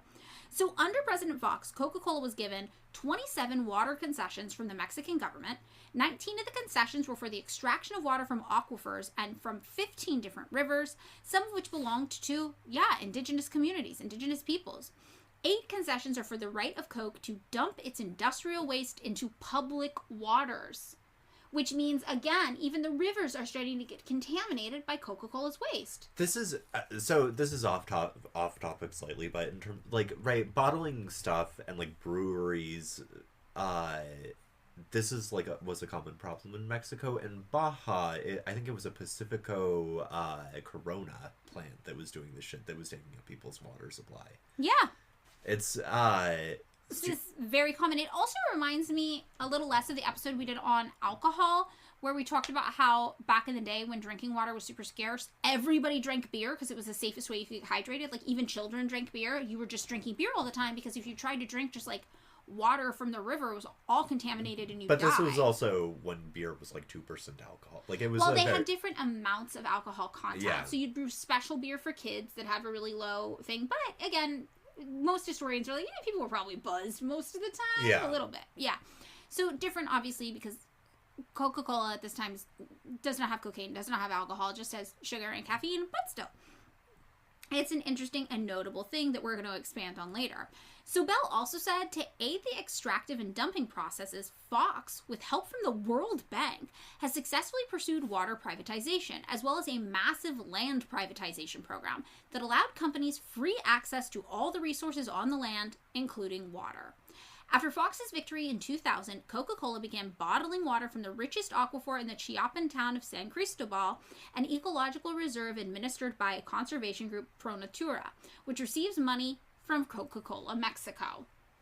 So in 2004, the Coke plant in San Cristobal used 332,391 million liters of water, about as much as 200,000 homes. Shit. Okay. Yes, and San Cristobal is a pretty small place. Yeah. So according to the New York Times, 2006 first quarter profits for Coca-Cola rose to $1.1 billion, largely due to increased sales in China, but also in Latin America, places like Mexico. So during the Fox presidency, basically, Mexico started getting a lot of access to land and water rights. Started giving a lot of access to land and water rights to Coca-Cola. Would you say that this amounts to something of a government subsidy in the sense that they had free access to all of these natural resources? Okay, so it wasn't free, and we will get into the pricing later, but it was really, really cheap. Really, really cheap. So it was a government subsidy, honestly, because they were accessing water for these dirt cheap prices. And, this combined with NAFTA, it's just like Coca-Cola was set up to make a lot of money in Mexico. And Fox was there to help, basically. So from 2007 to 2010, Coca-Cola was really cemented as a staple of Mexican life. So much so that by 2011, the National Association of Producers of Soft Drinks and Carbonated Water, ANPRAC, we're going to call it ANPRAC.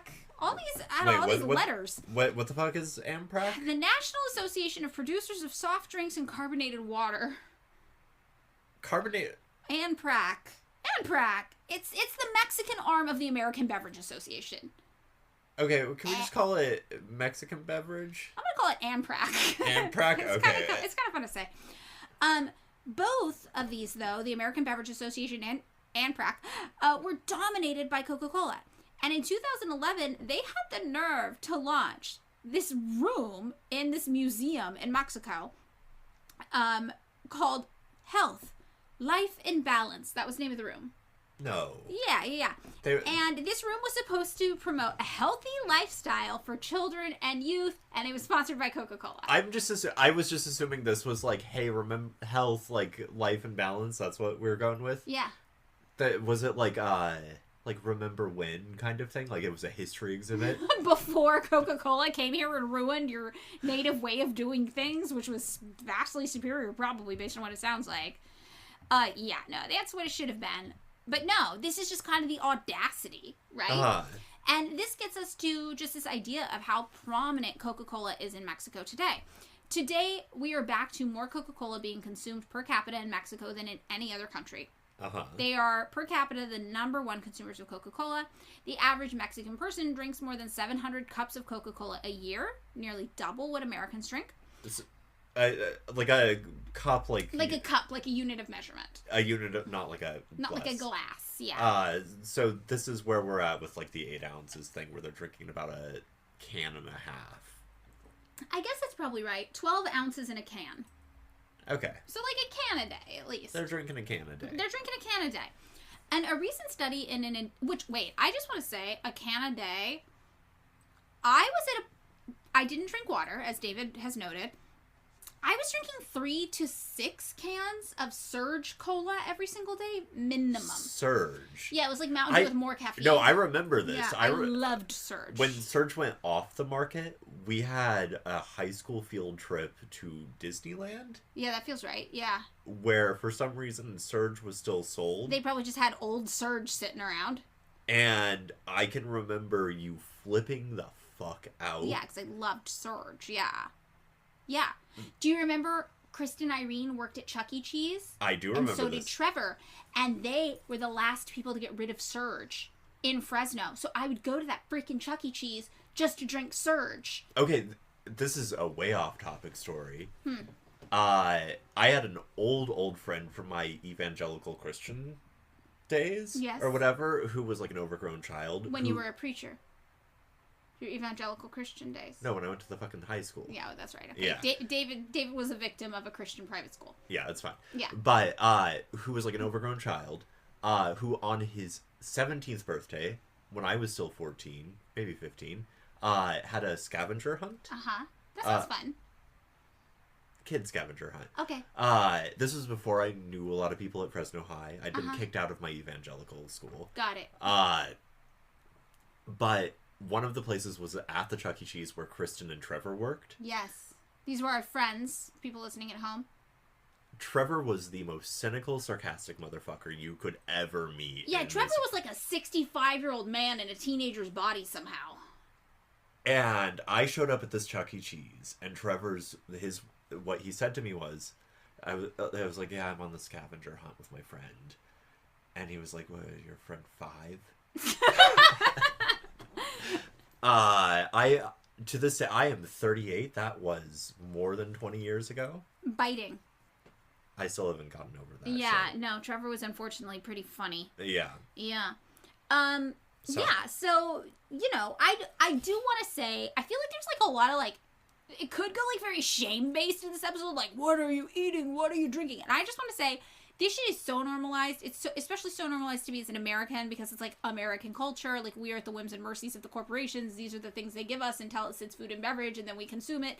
I've consumed so much of this. So I just want to say, we're looking at the prominence of Coca-Cola in Mexico. We're like, the average person in Mexico drinks more than 700 cups of Coca-Cola a year, nearly double what Americans drink. I just have to say, not nearly double what I've been drinking in my life, okay? This seems pretty normal to me. So I just want to throw that out there. If anybody's feeling shame about their food or beverage consumption, I think this sounds pretty normal, but apparently it's shocking. The shame thing. Here's my feeling about it. Right, like this company has taken control of a nation's water supply. Yeah. They have had like a deleterious effect on the environment. Definitely. They have controlled what people are consuming for hydration. Yep. Right, and like even if it were fucking vitamins, like if a fucking private company had that much influence on a whole fucking country's life, we should be pissed. Yeah, we should be mad. Again, mad at the corporations, the consumers, what are you gonna do? Yeah, it was also it tastes good. What are you gonna do? Okay, it's made to taste good. The one with the cane sugar tastes good. Yeah, okay. The Surge was tasting real good. That's all I'm saying. The Surge, still, it seems like a fake drink. Yeah, that's what I liked about it. So a recent study in one indigenous community in Mexico found that 15% of children aged 1 or 2 regularly drank sodas, and 3% of babies under 6 months old regularly drank sodas too. So you can see this is just like such a part of the culture that moms are like, well, I want my kid to be healthy. Of course, I'm going to give him Coca-Cola. And this is in places where like the water supply has become like a problem, where potable water is less easily accessible. And this is something we're going to see. Exactly. Yeah. It's not this thing where it's like, these mothers don't know how to mother, take their children away. It's like, no, literally, honestly, they're probably making good decisions for their kids because the drinking water would probably harm and kill their babies there because it's all been contaminated by companies like Coca-Cola. So, yeah, this is, I remember there's like I remember reading an article where there was an alcoholism problem in Russia, and it turned out that beer was cheaper than potable water. This is exactly what we're going to get into. We're probably not going to see Coca-Cola being cheaper than water, but we are going to see it being more readily available, more prominent, easier to find, and around the same price. Yeah. So that's what we're going to get into here. By this point, Coca-Cola had become so intertwined with the local culture in Chiapas, that region we've been talking about kind of in the south part of Mexico, that it just, had also been integrated into indigenous spiritual ceremonies, which we touched on earlier in the episode. So a bottle of Coca-Cola could be believed by some people to help the sick, or to be like an offering, if you were going to do like an offering to like a spirit. And it would be a central feature of some public and private rituals, and you would use it alongside incense or candles. And this is especially because like what was it called, pox or whatever? Yes. Had become like taboo, basically, culturally, due to outside colonial influence. From evangelical and especially like Catholic missions. Yes, totally. In the region. Yeah, this is what we're seeing. And when we talk to people who use Coca-Cola in their ceremonies, like there's this one woman, Pascuala, who's a healer from Pinar, which is nearby. It's in Chiapas. It's nearby San Cristobal, which we've been talking about. And she said, Coca-Cola's sweet, the spirits are going to appreciate it, and it has healing properties. Yeah. So, also in the Merced Church in San Cristobal, indigenous people have an altar there where they'll pray to the Virgin Mary as well as the spirits of nature. And healers at the church often will still, use soft drinks like Coca-Cola instead of the traditional pox, right? Because, like you said, David, the Catholic Church was like, you can't use this stuff anymore. Yeah. So the Catholic Church actually, at one point, straight up prohibited the use of pox. Which is, like, pox is like a strong alcoholic beverage. Right. So that is why people started using Coca-Cola instead in these Catholic settings. So some people call it like the Church of Coca-Cola, this church, because they prominently use this instead of pox. But, it makes sense when you think about, like, the history of colonial influence there. So in San Juan Chamula, bottled sodas like Coca-Cola also anchor religious ceremonies, and they're really cherished by a lot of the city's indigenous Tzotzil population, which we talked about, were targeted with those billboards. So, I mean, if I understand you correctly, what's happening is that, like, you know, pre-colonial indigenous traditions are, like, struggling to survive in, like, a post-colonial or neo-colonial environment. Right. And so they are trying to adopt, you know, sort of, like, friendly internationalist type symbols into their rituals to make it work? Is that where we're going? Okay, so I would say it's the opposite. I would say that Coca-Cola aggressively tried to get itself integrated into these cultural practices as an additional marketing tool without much self-awareness, just like we saw with that ad with the white people bringing the people in Mexico Coca-Cola. But presumably what's how, like, right, because when I was reading articles about this, it was like, oh, like, a lot of this is getting, like, wrapped into, like, this, like, Catholicism in a way that's very Santeria, but like, where it's like these indigenous traditions are sort of getting glommed onto, like, a hegemonic Catholic thing.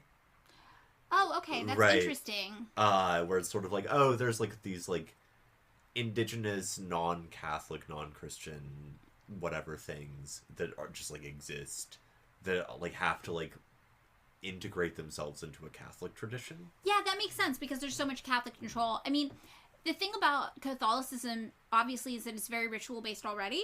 Yeah. So, like, my mother, for example, was raised Catholic. She also got really into Wicca. She liked ritual-based spirituality, and, like, that was the common thread between it. So you can see it's easier if you have your traditional ritual-based kind of spirituality and the Catholic Church with colonizing oppression comes to where you've been living and they're like, you can't do that anymore, you got to do Catholicism. You're like, okay, well, it's still ritual-based, so I'll just switch my rituals up a little bit. Yeah, and I, like, so, right, like, you can't do pox anymore. Like, you can't do your rituals the way you would have done them. Yeah. The Catholic Church is going to be like, no, like, you got to do this, like, Jesus Christ is your Lord and Savior, all the things. You're praying to the alcohol, Virgin Mary, and you love American commerce. Yeah, pray to the gods of American commerce. So, right, this is, like, a way in which ideology and, like, material interests are coinciding. They are, yeah, but I do want to say that Coca-Cola, I think, saw the opportunity there. And they really aggressively pursued being the drink that would replace all of these things. Yeah, this is, do you remember the Cola Wars?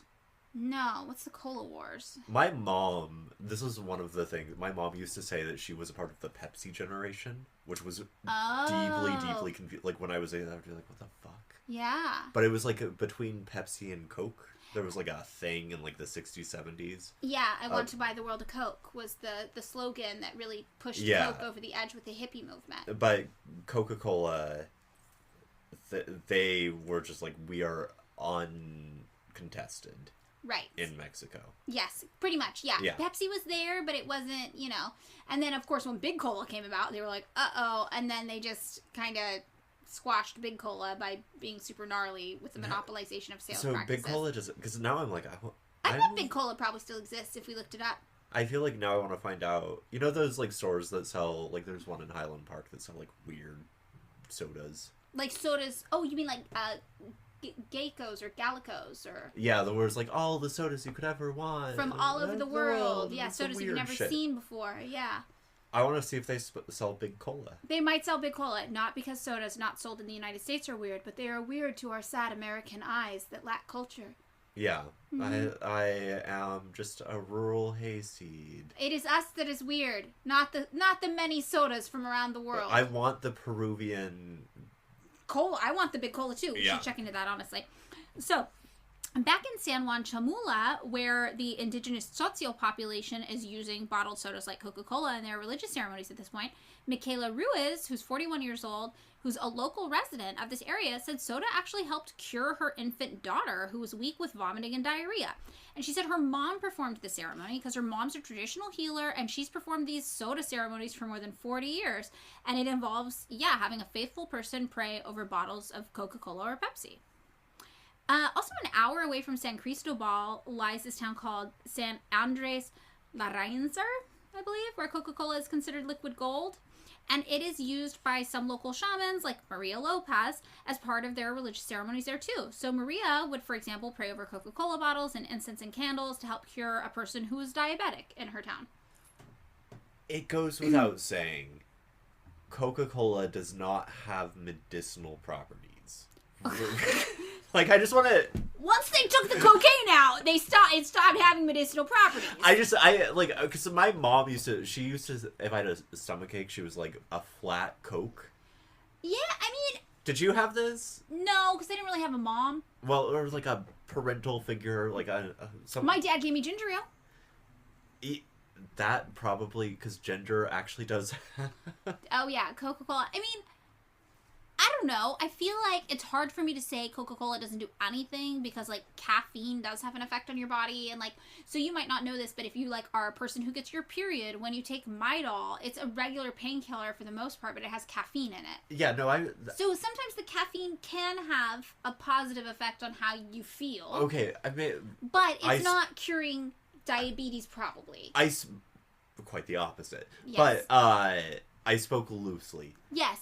It probably does not have a positive medical effect to the extent that it warrants people saying it does. Yeah. Does that make sense? Is that like a diplomatic way to word this?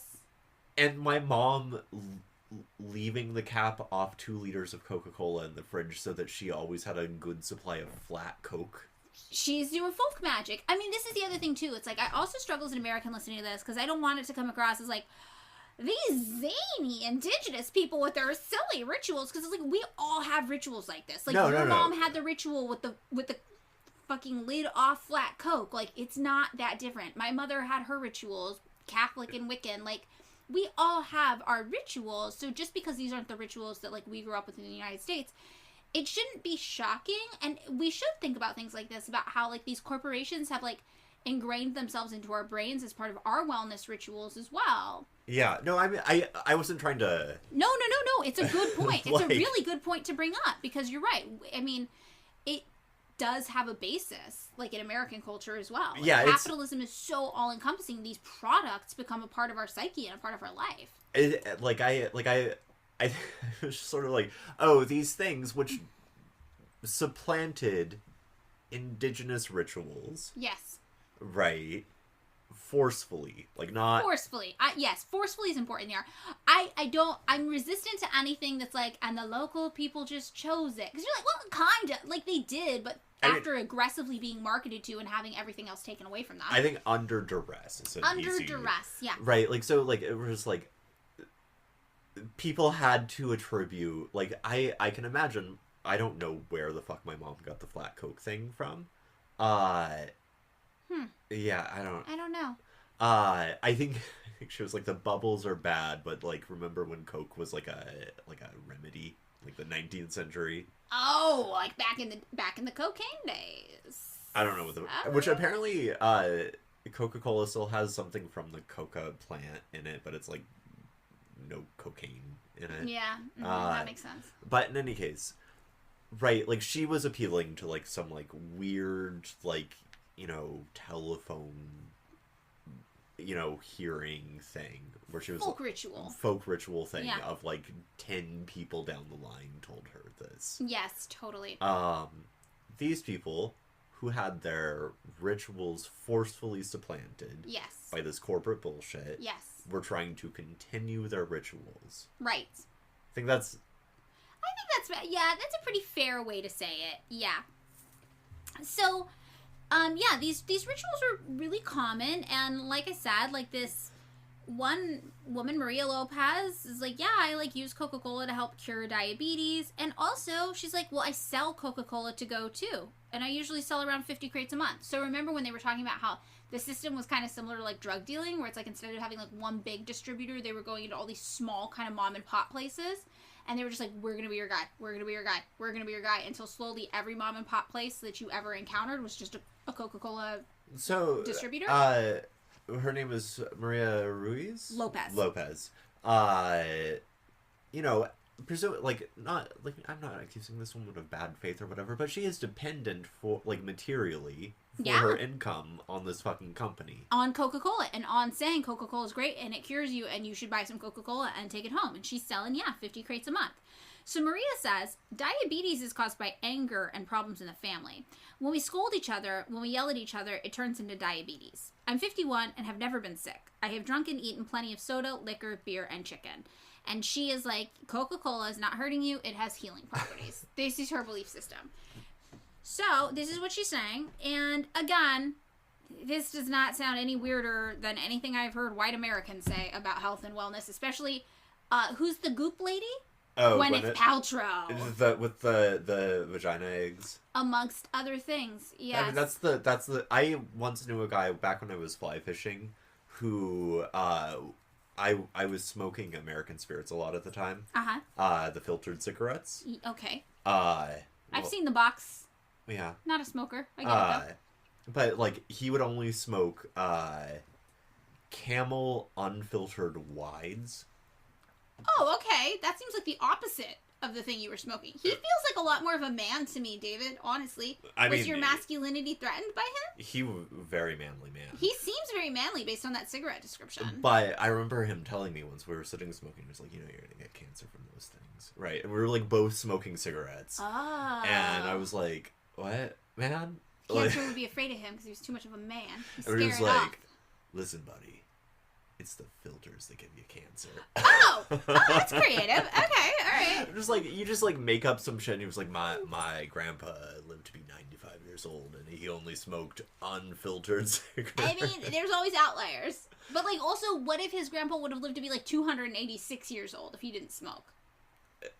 He would have been living biblical lifespans. Yeah, this was Abraham. Yeah, basically. Lot. Is Lot a guy? Is that a guy? Yeah, I do. I like that. Lots. Sorry. I thought it was this lawn. was when we were in high school. You read the Bible. I can remember this. I read the Bible. I read the Old Testament, and I was like, "What the fuck?" And I remember you saying to me, and you've always been smarter than me, but you were explaining the story of Lot. Lot was I don't even remember. The name stood out in my head though. Okay. Okay, Lot is the story where his two daughters get him drunk and fuck him. Yes, they do. That's a weird fucking story. Why is Christianity like that? Okay. What? That was weird. I just remembered it. It's so weird. What the fuck is happening in the Bible? But you were like, and I was like, you were like, what the fuck is that? And I was like, no one is saying this is a good, the Bible is like, this is bad. This is a bad thing that happened. Bad things come of the Lot story. Who even thought of this is what I want to know. The people that, it's not like, okay. Some dude, some man. Oh, God, it's like a Reddit fantasy. Oh, I hate it. Yeah. I hate it. I hate it so much. Okay, anyway. So that's the one name from the Bible I could come up with. Good job, brain. Good job. I forgot the whole story, but I remembered that guy. Jesus. All right. Terrible. Moving on. So, another thing that's happening in this region with the prominence of Coca-Cola is that politicians in Chiapas are starting to get super into it too. Presumably because they're getting a little... Well, here's what'll happen. Kind of. So a politician will go to a local store and they'll be like, hey, your customers love Coca-Cola, right? What if I bought all of the Coca-Cola in your store and paid for it in advance, and then you could just give the Coca-Cola away to all your customers for free as long as they promise to vote for me? This is the lamest political machine. I'm sorry. Oh, I'm it works, sorry. though. It works. I'm sure it works, and I'm sorry to Chiapas. You motherfuckers. Well, you could have gotten more for your vote than a can of Coke. I do want to say, in this specific region where this is common, there's really only one political party. Yeah, I know, I get that. I'm just like, everyone's like, but yeah, no, it's true. It is true. They're selling the votes for a can of Coca-Cola. So, and Dr. Marcos Arana, who we talked about earlier, said Coca-Cola has developed a strategy precisely so that it's available everywhere. And that's the real thing to take away from this. Coca-Cola has just become so prominent. Anywhere you go, Coca-Cola's there. You go to church, Coca-Cola. You're talking to a politician, Coca-Cola's involved. You need to get healed of something, Coca-Cola's there. You go to somebody's house, they're offering you Coca-Cola. Like, Coca-Cola is the thing that is everywhere at this time in Mexico. So the next section we're going to talk about here is the water shortage issue. Now, David, we are into an hour and 45 minutes of this episode, and we still have a lot more research to do. Are we making this a two-parter? Is that what's happening? I think it's going to be a two-parter. Do you want to do the TL? What's the TLDR? Is that with the semicolon? Yes. Just for like do a teaser on the water. Okay, I'll do a teaser on the water. What we're going to get into with the water. So, basically, water concessions are granted in Mexico by a federal body, which is the National Water Commission, or CONAGUA, right? And some of these water concessions that have been granted around Mexico are pretty old. Like, they've been there like 100 years. And Coca-Cola has some pretty old water concessions as well. Yeah. Not 100 years, but they're going back a really long time, and they are very, very favorable to these corporations and not very favorable to local communities. So there are 5 big soda and beer companies alone, right, which includes Coca-Cola, that extract 16% of the water allocated for industry in Nuevo Leon, for example. And this is according to data analysis of a public registry of water rights done by the Thomson Reuters Foundation. So this means that beverage companies are taking up 16% of the industry water out of everything, though. You got to think of every industry. And this is why, because I remember being told, don't buy Corona or Pacifico beer because they're fucking up the water supply in Baja. Yes. So this is a thing that happens. So these beverage companies have all this access to water rights, and even when there's a drought or something happens with the water and people don't have access to any water at all, business goes on as usual at these beverage companies. Yeah. So what we're going to see when we talk about water shortages next week is we are going to get into this cyclical pattern, basically, where the natural waterways are contaminated, or the majority of that water goes to a company like Coca-Cola. So then Coca-Cola takes it all, and people don't have access to water. There's, like, you run your tap at your house, nothing comes out sometimes for days. There's just no water. The only way you can get water is if you have enough money, hopefully, to buy bottled water, privatized water. Which is presumably sold by a company like Coca-Cola. Coca-Cola ramped up their sales of bottled, privatized water during one drought, or to buy just Coca-Cola straight up and hope that it hydrates you enough. And, this is the vicious cycle that people end up caught in. So then more people are buying Coca-Cola, and the Coca-Cola is like, well, we need more water because more people are buying it. And it's just this, vicious, messed up circle, and the people have no choice. If you want to or not, some places you have to buy Coca-Cola. This is, it's funny, not to, as we're wrapping up here. Yeah.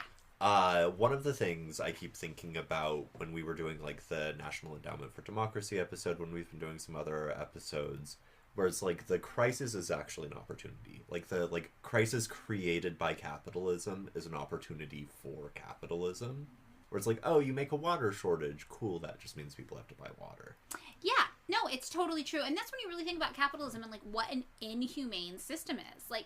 There is nothing about our humanity taken into account here whatsoever. It's literally just a corporate profit, which is that's a thing we made up. What the fuck is corporate profit? Yeah, who the fuck cares about that? Who gives a shit? Who cares about that? And another thing we're going to talk about too in next week's episode, which is a continuation of this, is we're going to talk about OXXO. Do you know about OXXO? No. Have you ever been to Mexico?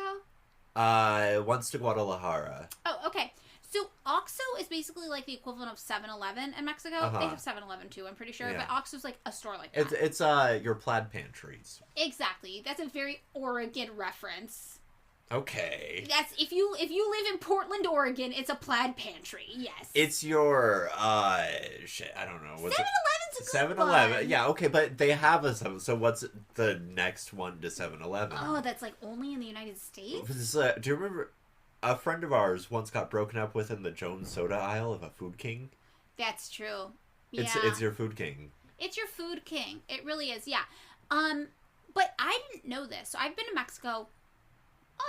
A lot. I'd say a lot. I'd say I go to Mexico sometimes.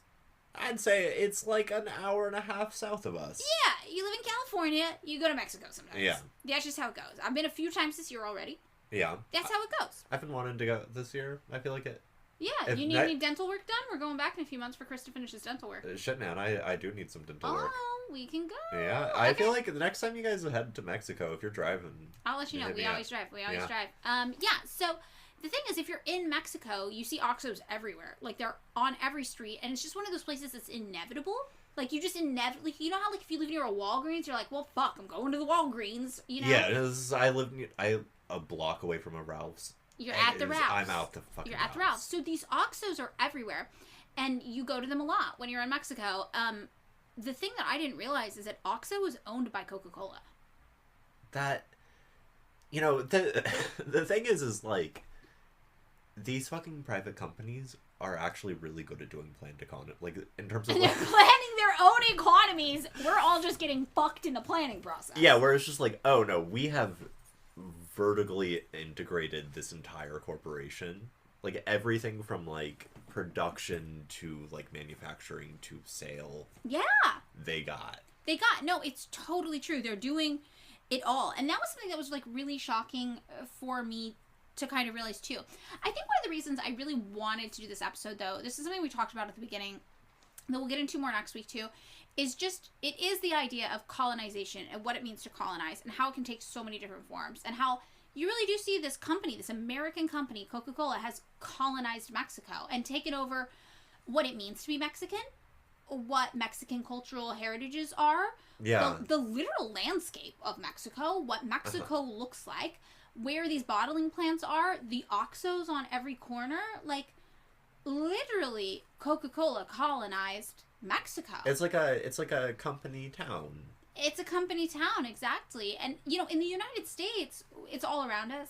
You know, it's our own companies. Well, we've been a company town for so long, we've forgotten. And then you go other places and, you know, you're like, oh, it's so great to, like, experience other cultures. And then you're like, well, American culture just kind of stamped all over this and tried its best to cover it up with something painfully American. And that's what we do to the rest of the world. We're homogenizing the world in this really dull and boring way, right? But also in this really violent way. No, I mean, it's, you know, it's, last week when we were, I think this was an offhand comment when I was talking about John Muir or whatever, Yes. The racist comment about John Muir and... Fuck that guy. Yeah. Right. But, like, there's hella... Right, when you start reading into the history of where we are from, like, specifically the San Joaquin Valley, not California. No, the San Joaquin Valley. It's like, oh, this, like, this rich, beautiful history, this, like, tremendous, like, well and reserve of cultural traditions that is, like, extraordinarily beautiful and that sustains, right, like, all of the wildfires in Yosemite... That is caused by, that's like colonialization, right? Like the indigenous people who lived there had been maintaining the Yosemite Valley for centuries. Yeah.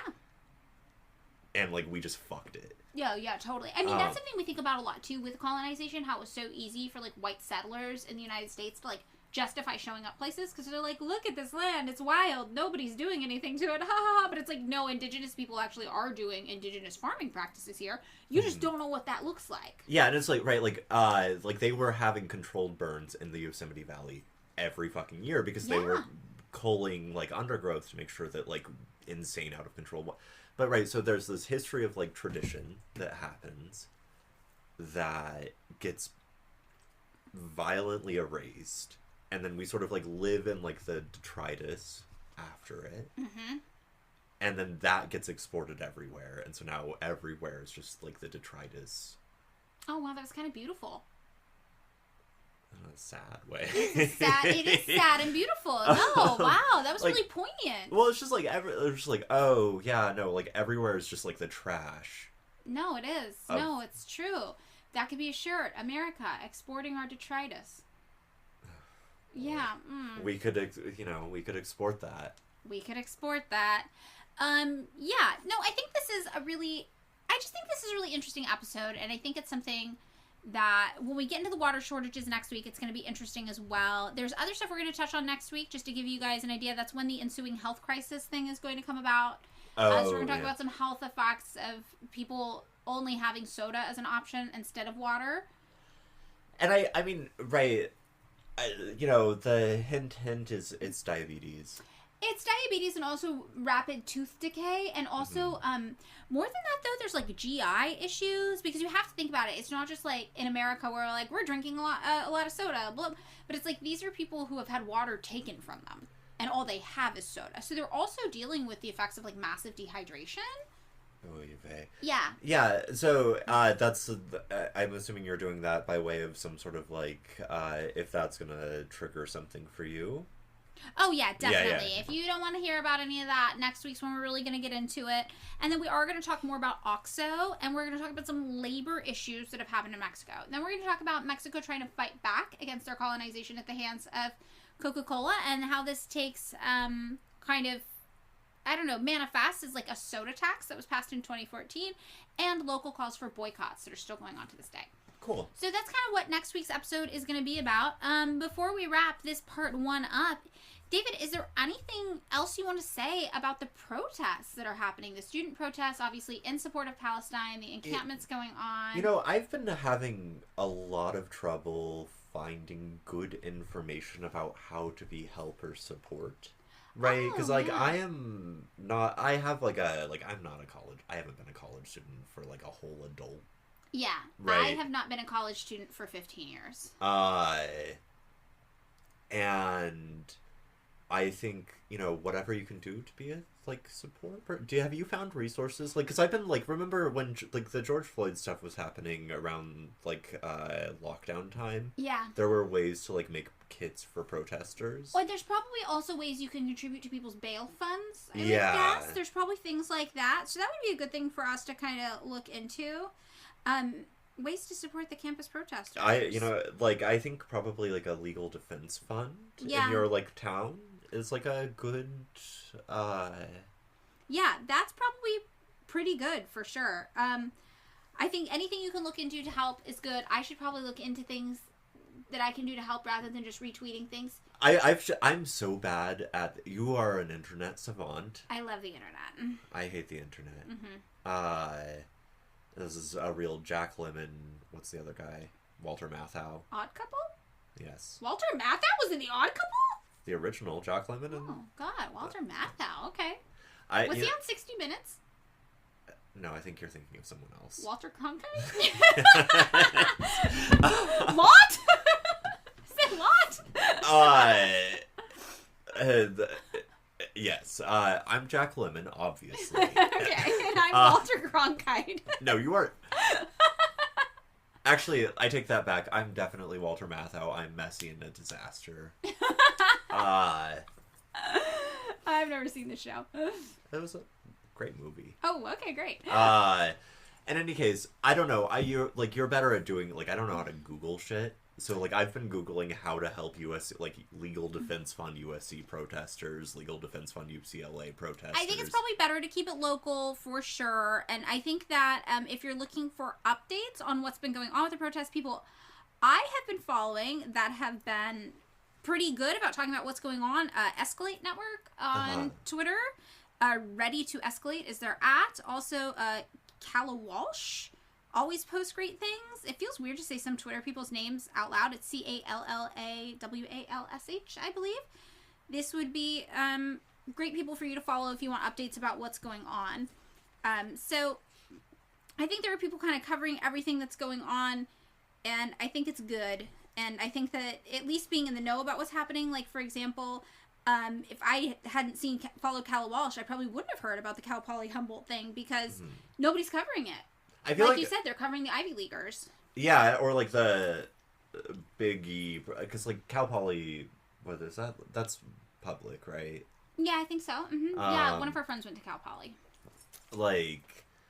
They're because USC is definitely not an Ivy, but it's definitely a rich or a very wealthy type of private school. Yes, totally.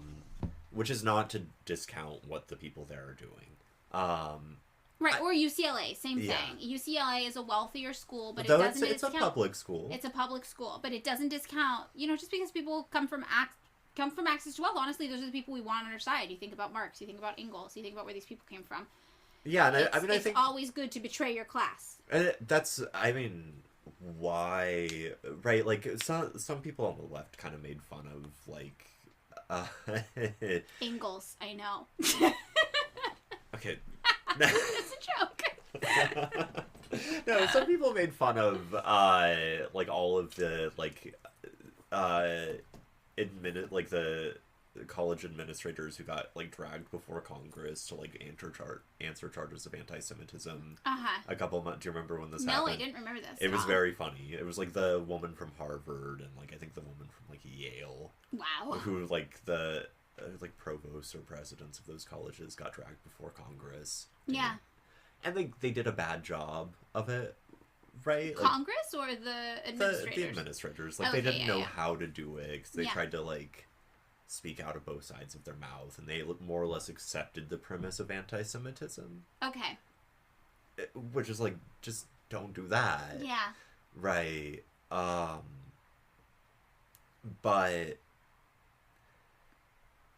these the reason the reason the media is freaking out about colleges is A, these are like the people being trained for power, right, and B, these colleges are giant fucking financial sinks in which a tremendous amount of private capital is being laundered, right. So having these places go out of control is a big fucking thing for the economy. I mean, I think that's the big lesson to learn, is that, like you mentioned, it's like, capitalists do kind of plan their economy. Yeah. They just plan for things that bring them profit, and they plan that the government will bail them out of things that don't. Yeah. And, like, that's how it goes. So, when you think about things that really are effective, it is things that disrupt business as usual. Yeah, and these fucking students are doing it. They're doing it. They're really doing it, and it is inspiring to see. To me, this is the opposite of what Occupy did. There's one clear, concise mission. It is get people out of Palestine. Like, it is Palestine from the river to the sea. And there's one consistent, clear message, like ceasefire, stop the genocide, right? And it's very easy to understand, and they're showing up, and they're not afraid to take direct action, and that is what's really important. Yeah, anything that disrupts business, specifically business. Not like business as usual as a turn of phrase. No, like business as usual. Like the flow of money, that is what people listen to and they respond to. And that's why when you see protesters blocking highways so people can't get to work, or, you know, during the Black Lives Matter protests when you saw people lighting stores on fire. It's like, this is what is working. You know, this is what people are responding to. And I will say it's unfortunate after the Black Lives Matter protests, because we got a lot of promises of defunding the police or reducing police budgets, and it didn't actually play out. I think our police budget went up here in Los Angeles. It did in fact go up, which was, and this is, you know, right, like, I think the No Olympics campaign has more or less run its course here. Yeah. Which is a real fucking bummer. That's a disappointment, yeah. Like, we're all going to see, well, all of us who rent are going to see our fucking rent go through the roof when Olympics happen. So you're not moving for a while. I'm where I am. You're where you are until we buy you an apartment. To draw this back to the Free Palestine thing, like I mean, like, I don't know where these kids, and like, to me, these are kids, like, these are 18, 19-year-olds. They have learned their lessons well. They are extraordinarily pragmatic, extraordinarily goal-focused in a way that, like, God, I fucking admire that.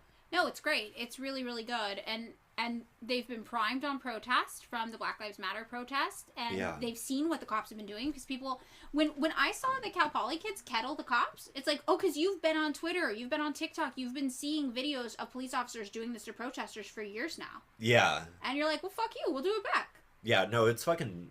It's, you know, it's sick as hell. I've been thinking a lot about that Hannah Black and I think Toby Hazlitt piece from the Black Lives Matter stuff of, like, the lockdown era, looting as a form of protest, I think is what it's called. Yeah. Which is, like, disrupting property is a form of protest. It is. That's true. Right. Yes. And I've been... Right, and these campuses... I was actually... My friend who... the MBA person... These campuses are huge sites of capital investment in real estate. And, like, USC is one of, like, the largest real estate holders in Los Angeles. Yeah. In San Francisco, a private art school is one of the largest real estate holders and the second largest public transportation provider in the city. So these kids, and I'm not saying kids condescendingly, I'm just very young people. These, like... Yeah, a lot of them are teenagers. Yeah. Legal adults, but barely so. They are... And this is the thing, too. It's like, when I was that age, I was like, I'm an adult. But as you get older and you... I'm thinking about something I saw the guy say in the Loyal Citizens of Pyongyang, which I'm going to post on our Patreon. It was a man who had left North Korea voluntarily. He was like, maybe it's not for me. I'm going to go to China. I'm going to try to work. And in China, he was basically trafficked into South Korea and had his passport stolen. And this person was interviewing him. They're like, well, what about, like, freedom? What about human rights abuses? And he's like, well, what I see are human rights abuses occurring in the United States every day. You guys are terrified of your police. You see these videos of these children, little boys, little girls, and you have these giant, big adult police officers throwing them to the ground, beating them up, pulling their guns on them. And, you know, I think that's what we mean when we say these are kids. Like, the older you get, you notice how young people are. You notice. And I look at these pictures and I'm like, holy shit, this guy's beating up a little kid. And that's not to downplay. It's just to really put in perspective the age and power discrepancy between the police force and the young people that they're enacting this, like, petty, violent fantasy out on. And it's all, I mean, for me at least, it's to, like, express, you know, because, like, right, we grew up, I graduated in 2008. From college? From college, I guess 2009. Yeah. I think that's when I graduated, too. You know, so, like, the era of Occupy or whatever, and 2008, 2009, yeah. Mm-hmm. There were like protests and stuff and all of that stuff. These young people, these kids, are doing so much to disrupt capital. Yeah. In such a powerful, and it's just like, goddamn, I admire that. I admire it too. I also think that when we were younger, some of our protesting kind of the general zeitgeist of protesting back then was a little more liberal. It was more like, peaceful protest will save us. And I think the thing that really, really radicalized me is seeing all the peaceful protests, the like, marches that were basically parades against, you know, against going to war in Afghanistan and Iraq after the post 9/11 wars that they protested. Did nothing. And it's like, on one hand, you look and you're like, wow, there's hundreds of thousands of people screaming no blood for oil. And then the next day you're like, it did nothing to change policy. Nobody cares. And that was a real radicalizing moment for me where I'm like, this isn't accomplishing anything. They're letting us have a parade. I mean, like, for non-liberal reasons, I think those, you know, I think I said a few weeks ago when I'd gone to, like, a like, Free Gaza march, those things are innervating. Like, they are moments in which you get to feel solidarity with your fellow human beings. Right. They don't do anything to the structures of power. Correct. They are for you. They are ways to make you, like, to connect you to other people, to make you feel less alone in your anxiety and fear and anguish over, you know, like, 400 bodies discovered and, like, Oh, that was one of 2 mass graves recently discovered in a hospital. No, it's fucking... And if you don't feel anguish over, like, and, like, needing to be near other people to share anguish. Yeah. It's to share a human experience. No, it really is. Like, that's what those... So, if you are feeling that, like, it's a good idea to go to a protest like that. Because it makes you feel less alone. Right. No, that's true. And it is a good visual show of solidarity. One of the things that has been very moving to me, I will say, is looking at the protests in other countries, especially as an American, where for so long we were all taught, like, you can't criticize Israel. Nobody's allowed to criticize Israel. And then you look and you're like, well, everybody in Paris is criticizing Israel. And everybody in... you know, Lebanon is criticizing Israel, and everybody in China is criticizing Israel. Everybody around the world is criticizing Israel. Why are we the only ones who aren't allowed to? No, so I mean, it's funny because, like, the last time I heard it was something like 70 or 80% of public opinion was at least in favor of a ceasefire. Yeah. Right? Like, you know, I had, like, my parents were, like, remember DSA used to be, like, they had an Israel plank when they were formed. No. Oh, it's crazy. Wow. Look at the... Okay. But, right, so my parents, like, good NPR liberal type, leftist-y type people. Yeah, your parents are a little more left than the average NPR person. They were Bernie people early on. They're like DSA, Democratic Socialist types, yes.